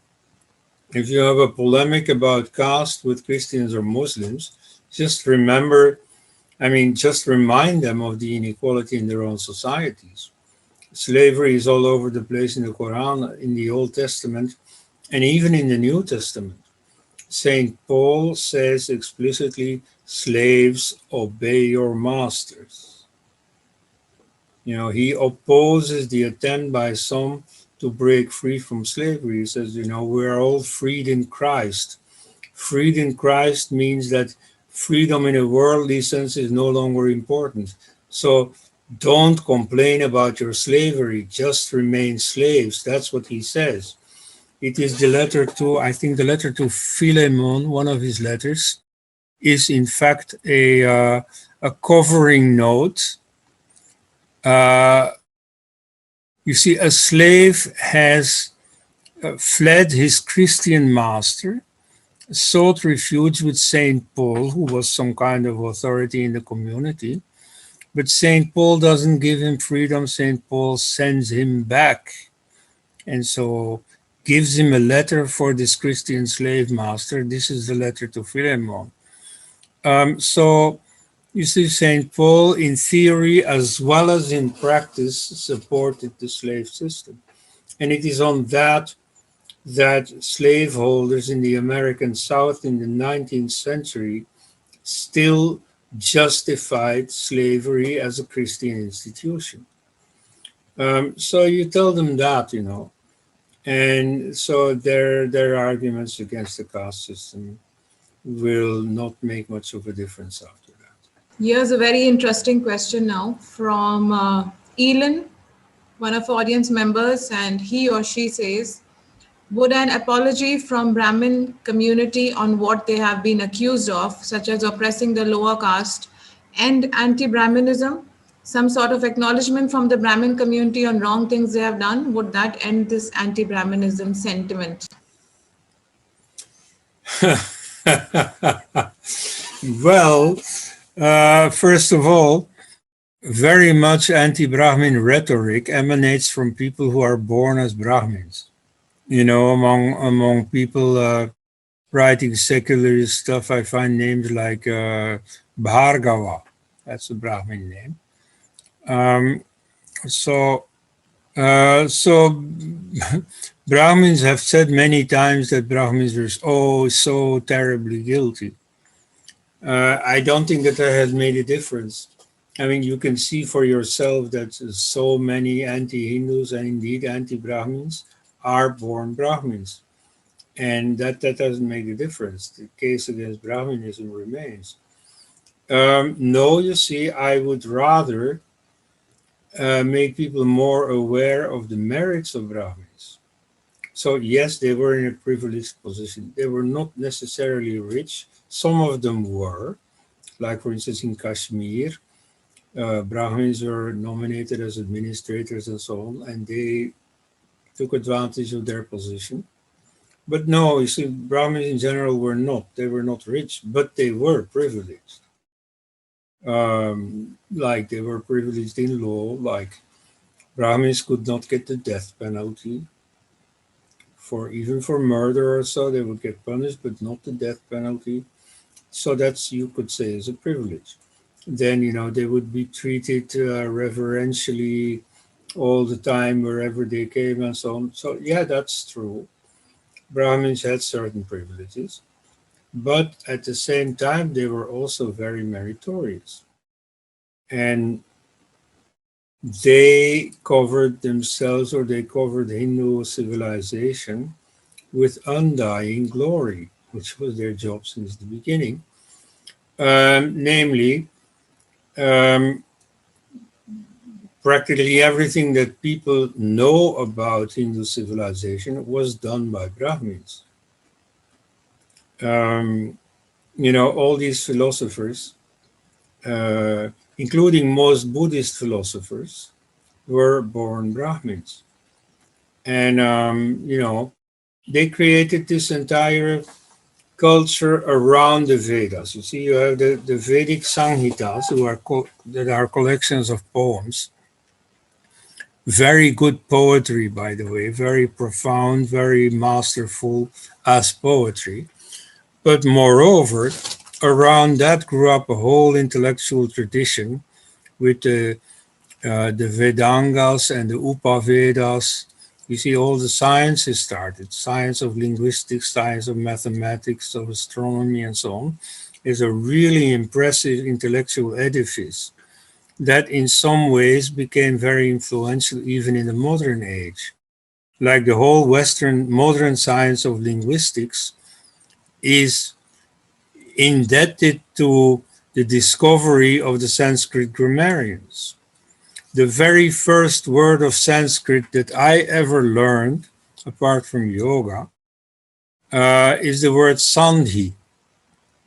You know, in our class of diction, where we learn to pronounce Dutch properly, we learned about sandhi, which is the harmonic effect between touching consonants, that the one consonant would adapt to the other one.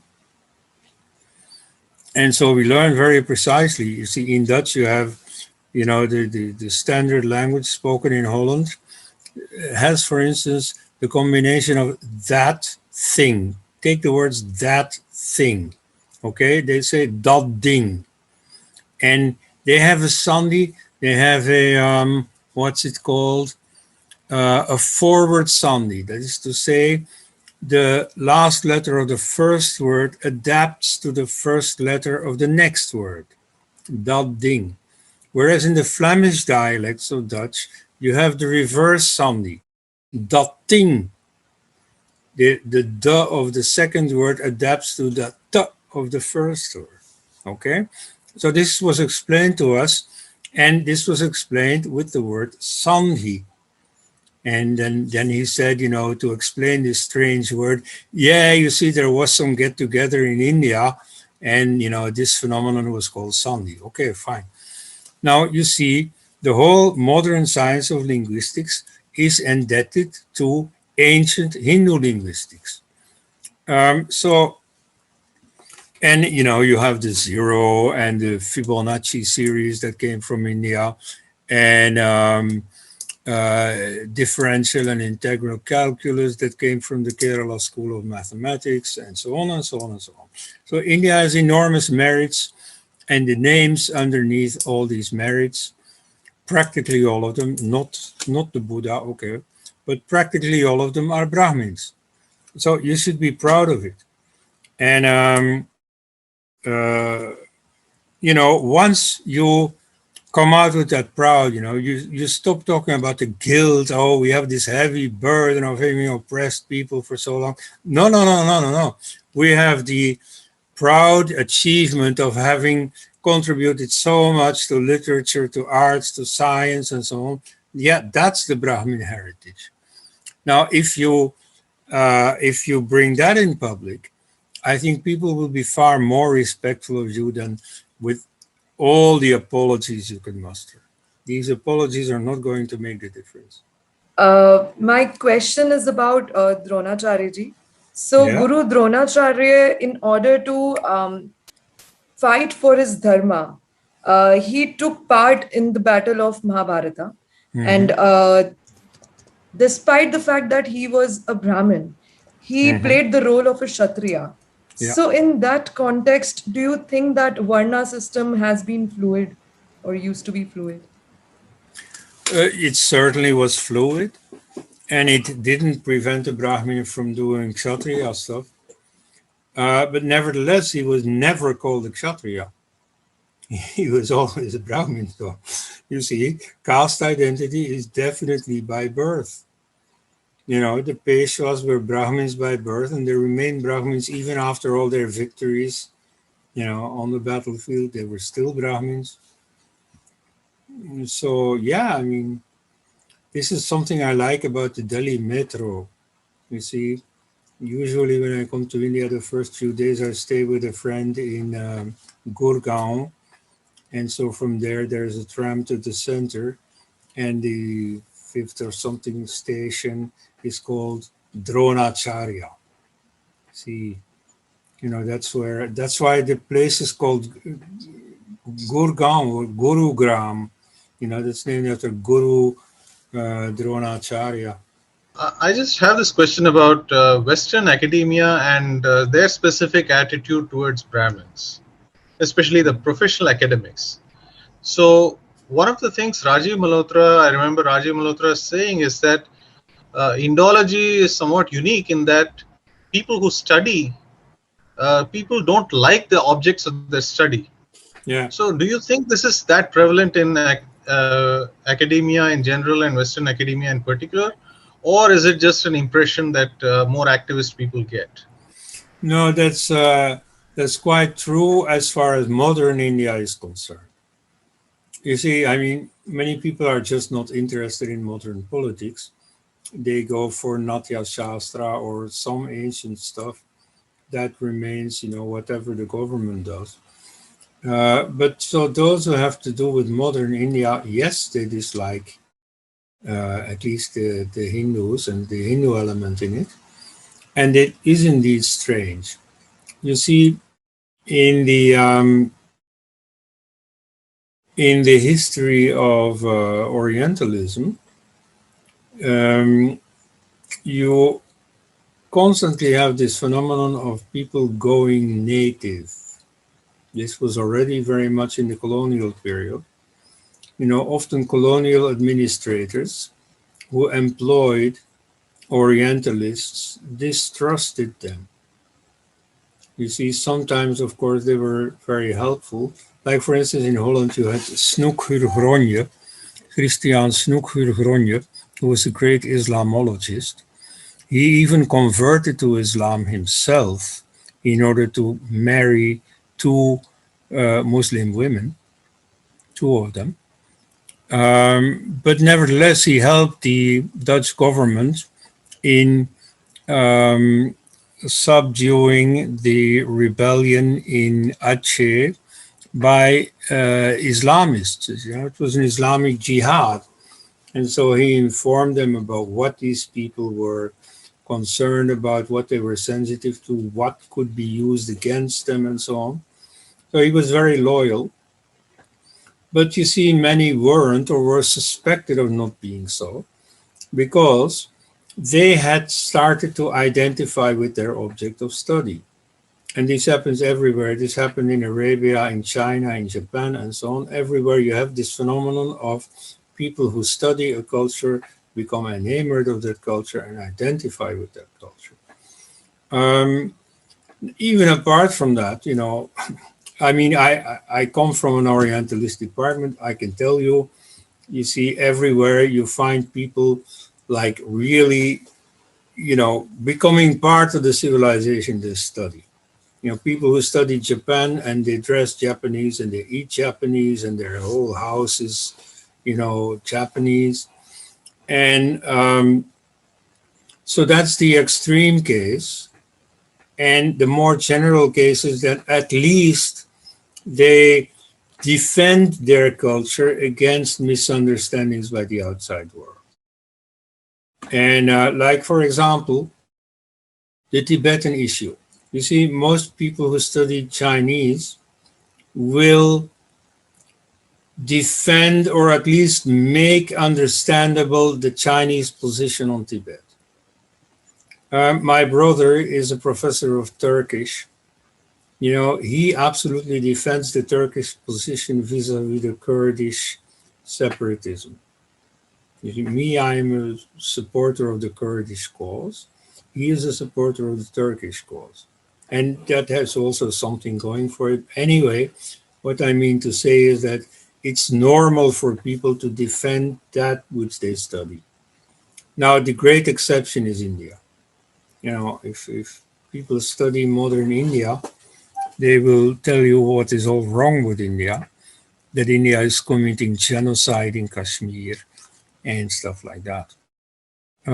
So why is that? Well, partly because of the enormous propaganda that emanates from India itself, partly because of the caste angle that I already developed.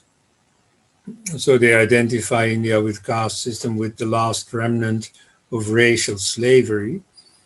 And then what is now adding to it is the Islamic angle. You see, in the West, many people are totally fed up with Islam.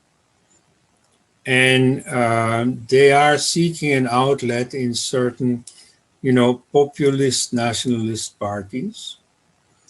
these in academia are totally frowned upon, or rather are hated. And so as a reaction, these academics defend Islam. Even feminists, for example, defend Islam, defend the right to wear burqa and all that, suddenly discovering it as somehow, a woman's right to do what their husband tells them to do. And so on.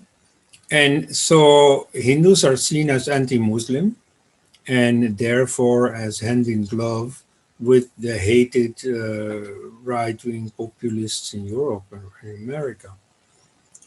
So that also helps. They will always take the Islamic side, or generally the minority side. That's something from postmodernism. It's there in the woke movement. Like in postmodernism, you never use a word in the singular. To say something fashionable. Excuse me if you're offended, but they talk about sexualities. It's never in the singular. No, you have to admit that there are different forms of it, different, appearances of it, and so on. So you have to emphasize difference. Now, in politics, this translates into a valuation of minorities. There is not one India. There are many Indias. And so there is Christian India and Muslim India and so on. Dalit India, because they always separate Dalit from Hindu. And so there you see, this is where they fall for the majoritarian trope that comes from India. Hindus are majoritarian, and that's bad. Whatever Hindus are, majoritarianism is bad. And so, this whole Western intellectual development of the last decades that also works to the disadvantage of Hindus. So the old Christian thing against Hindu idolatry and so on, that is not going to move many people now. But there are many other things that plead against it. I just wanted to say that the epic itself supports Dr. L's contention that caste was by birth, for Dronacharya at least, because when he lays down his arms, he is actually condemned by Bhima for being a Brahmin and yes, taking to the profession of killing. Right. So, yes, he was pretty much a Brahmin who was doing something anomalous. So my question was, what kind of a role did contemporary traditional Brahmanism of the 19th century play in cementing anti-Brahmanism? For instance, in Bengal, we had this Kuleen Brahmin system where Brahmins could marry as many wives as they wanted. Many of them were very young and so on. Then restrictions on Sanskrit education, which was one of the arguments given by Raja Ram Mohan Roy when he was advocating an English system of education. And how does traditional Brahmanism even today sort of, for example, we have the Shankaracharya of Puri Mutt, who very vociferously argues for a birth-based Varna system. He says it's fixed at birth. You should only marry within your jati, and intercaste marriages are not good, etc. Yes. Well, let's start with the last point. The Puri Shankaracharya. I know him, or at least, no, that I won't say, but I met him long ago. In, I think, 93. There was a friend of mine from Maharashtra, he's deceased by now, and Abrahmin Kulkarni, and he wanted to introduce me. He said, you'll be really interested to meet this Shankaracharya, and he is in Delhi now. And okay, fine. He was like, I think, only just freshly in that position of Shankaracharya. And so I had just written a book. And so I said, well, okay, I'll give him a copy of my book. Just, as a social grace. And, I come in there, we're introduced. He's sitting on the far side of the room and I'm standing at the door. And we were clearly not encouraged to come closer. And so I want to give him the book. But he points, he had a secretary and he said, okay, take it, so give it to the secretary. He didn't want to touch the book. Probably he hasn't touched it till today. And then I had prepared my questions in Hindi. I knew he spoke Hindi. I didn't know if he spoke English. And my Hindi was a bit better in those days than it is now. But he didn't want that. You see, just to increase the distance between us, he wanted me to ask my questions in English. Then my friend would translate into Hindi. He would answer in Hindi. My friend would translate into English. And that way it would come back to me. He just wanted to keep distance. Now, some people have defended this saying, yeah, but who are you? You're a Westerner, probably a beef eater. You come here, have you washed this morning? Have you taken a shower this morning? And anyway, a Western shower is not the same thing as a Hindu shower. And so on and so on. Maybe it had nothing to do with caste. Well, perhaps. But nevertheless, given everything he's been saying, I think it had to do with caste. And so, yeah, he is the model of conservative Hinduism, I understand. And I notice on Twitter and so on, he has many fans that, vent this kind of ideas. So, okay, he has perfectly a right to be there. In fact, perhaps more than I, and to give his position. Only I think that position is mistaken. In the whole of Hindu history, for example, caste by birth is a stage that has lasted several thousand years that you can't disown just like that. But that is not fundamental to Hinduism. In the Rig Veda, it didn't exist yet. And so if you think that the Vedas are the measure of everything in Hinduism, as some Brahmins do, then certainly you should, it pleads against caste by birth. It certainly pleads against endogamy. Okay, so that's for the Puri Shankaracharya. What was the other thing?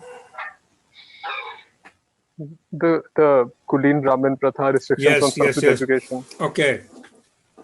Well, in the 19th century, you had a special situation. You had, of course, traditional privileges of Brahmins that may indeed have caused jealousy or envy among others. And I mean, what you described there sounds like that.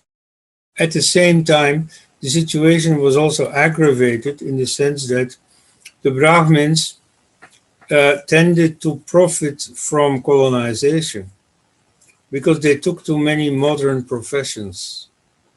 A landlord stayed a landlord like he had been for thousands of years, whereas Brahmins used their language skills, their intellectual skills, in order to adapt to all the new opportunities that the British created. Like they became lawyers. Remember Jawaharlal Nehru and his father Motilal Nehru. So you see, that also made them really privileged in a modern sense.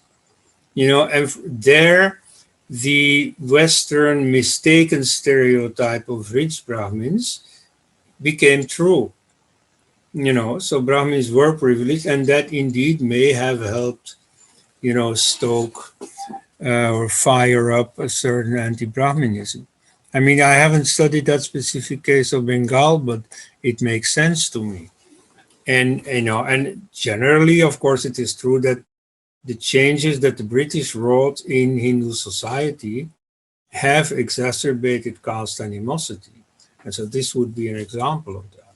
One hears a lot of lamentation among the Hindu community about this or that standard of ours was vitiated by the British while they colonized us.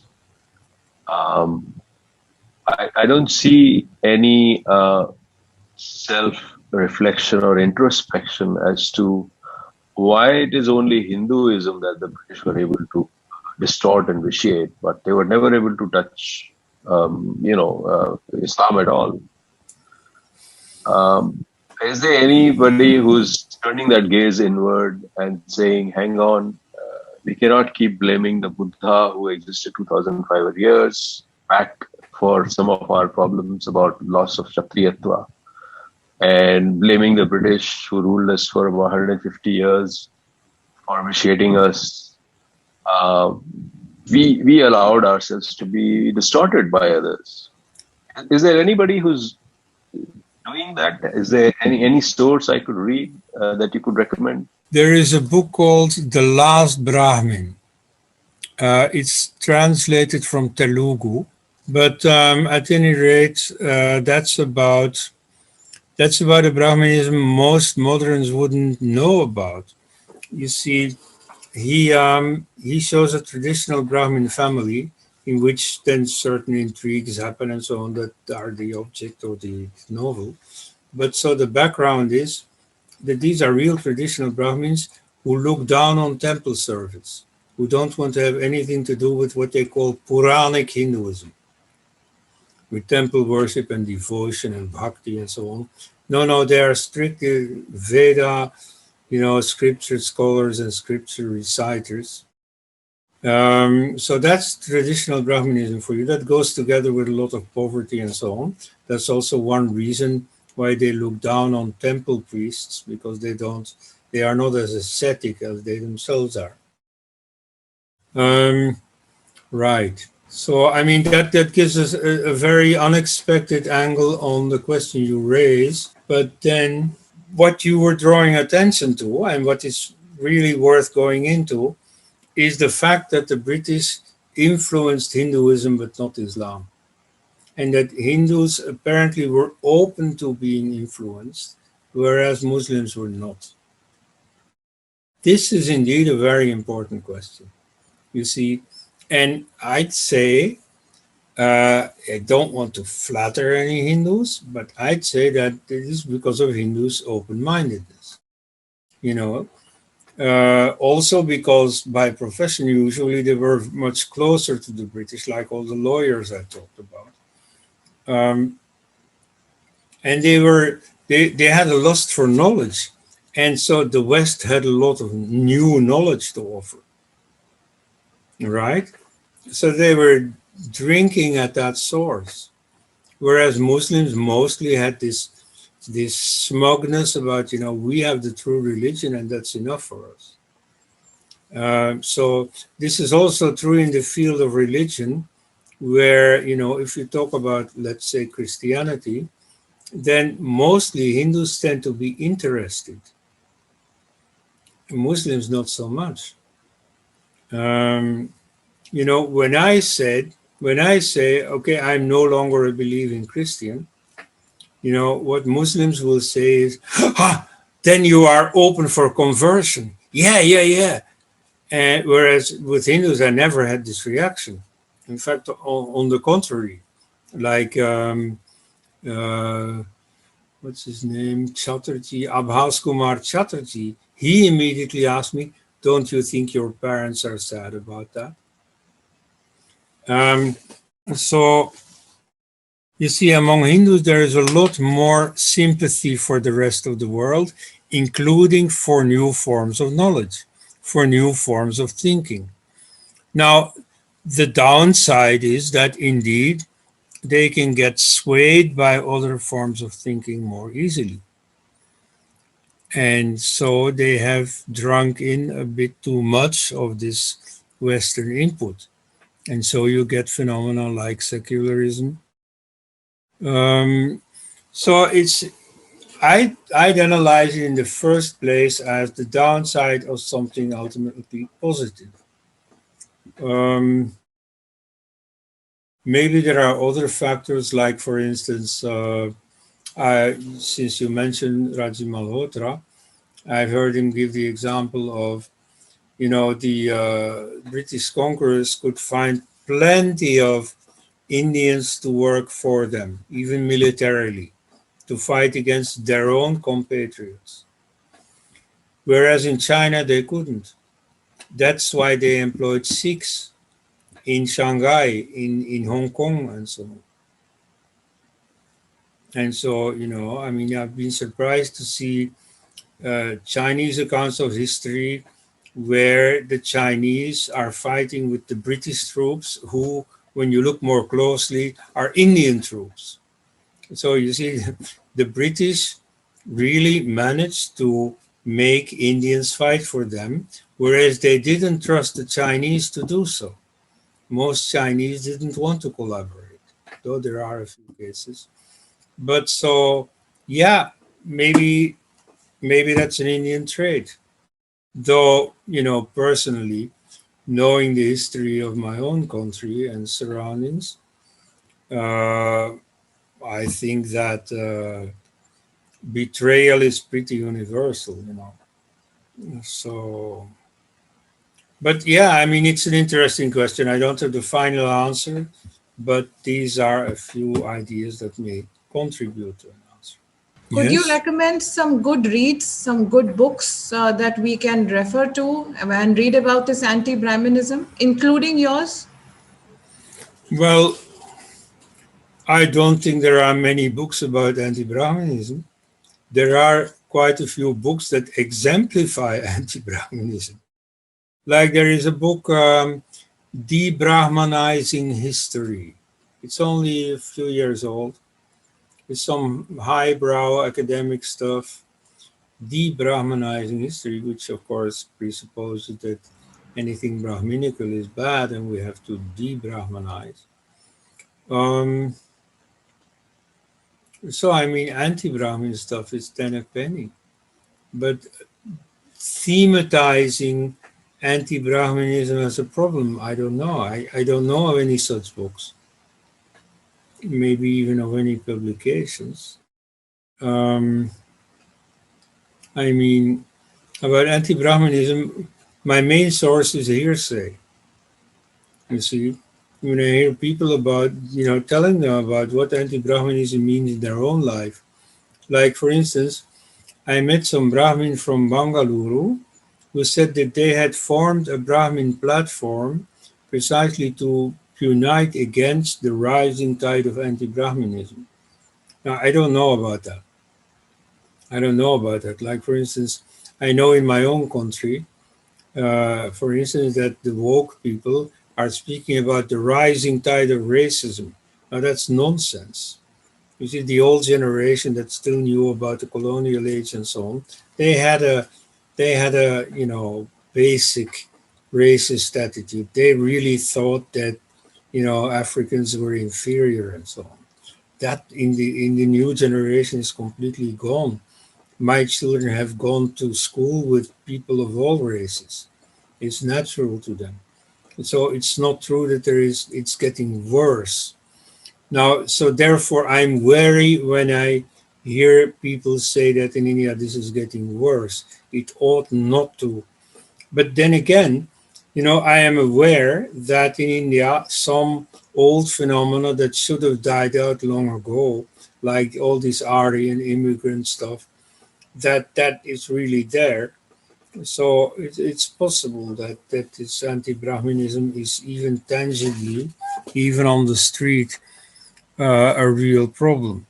But still, here I'd like to relativize a little bit, because this anti-Brahminism so far, and for all that I've talked about here today, is mostly a theoretical thing. I mean, when in Germany in the 30s there was a rising tide of anti-Semitism, it had many violent instances, and then resulting ultimately in very unique violence in the Holocaust. But that, there you have to take the war circumstances into account.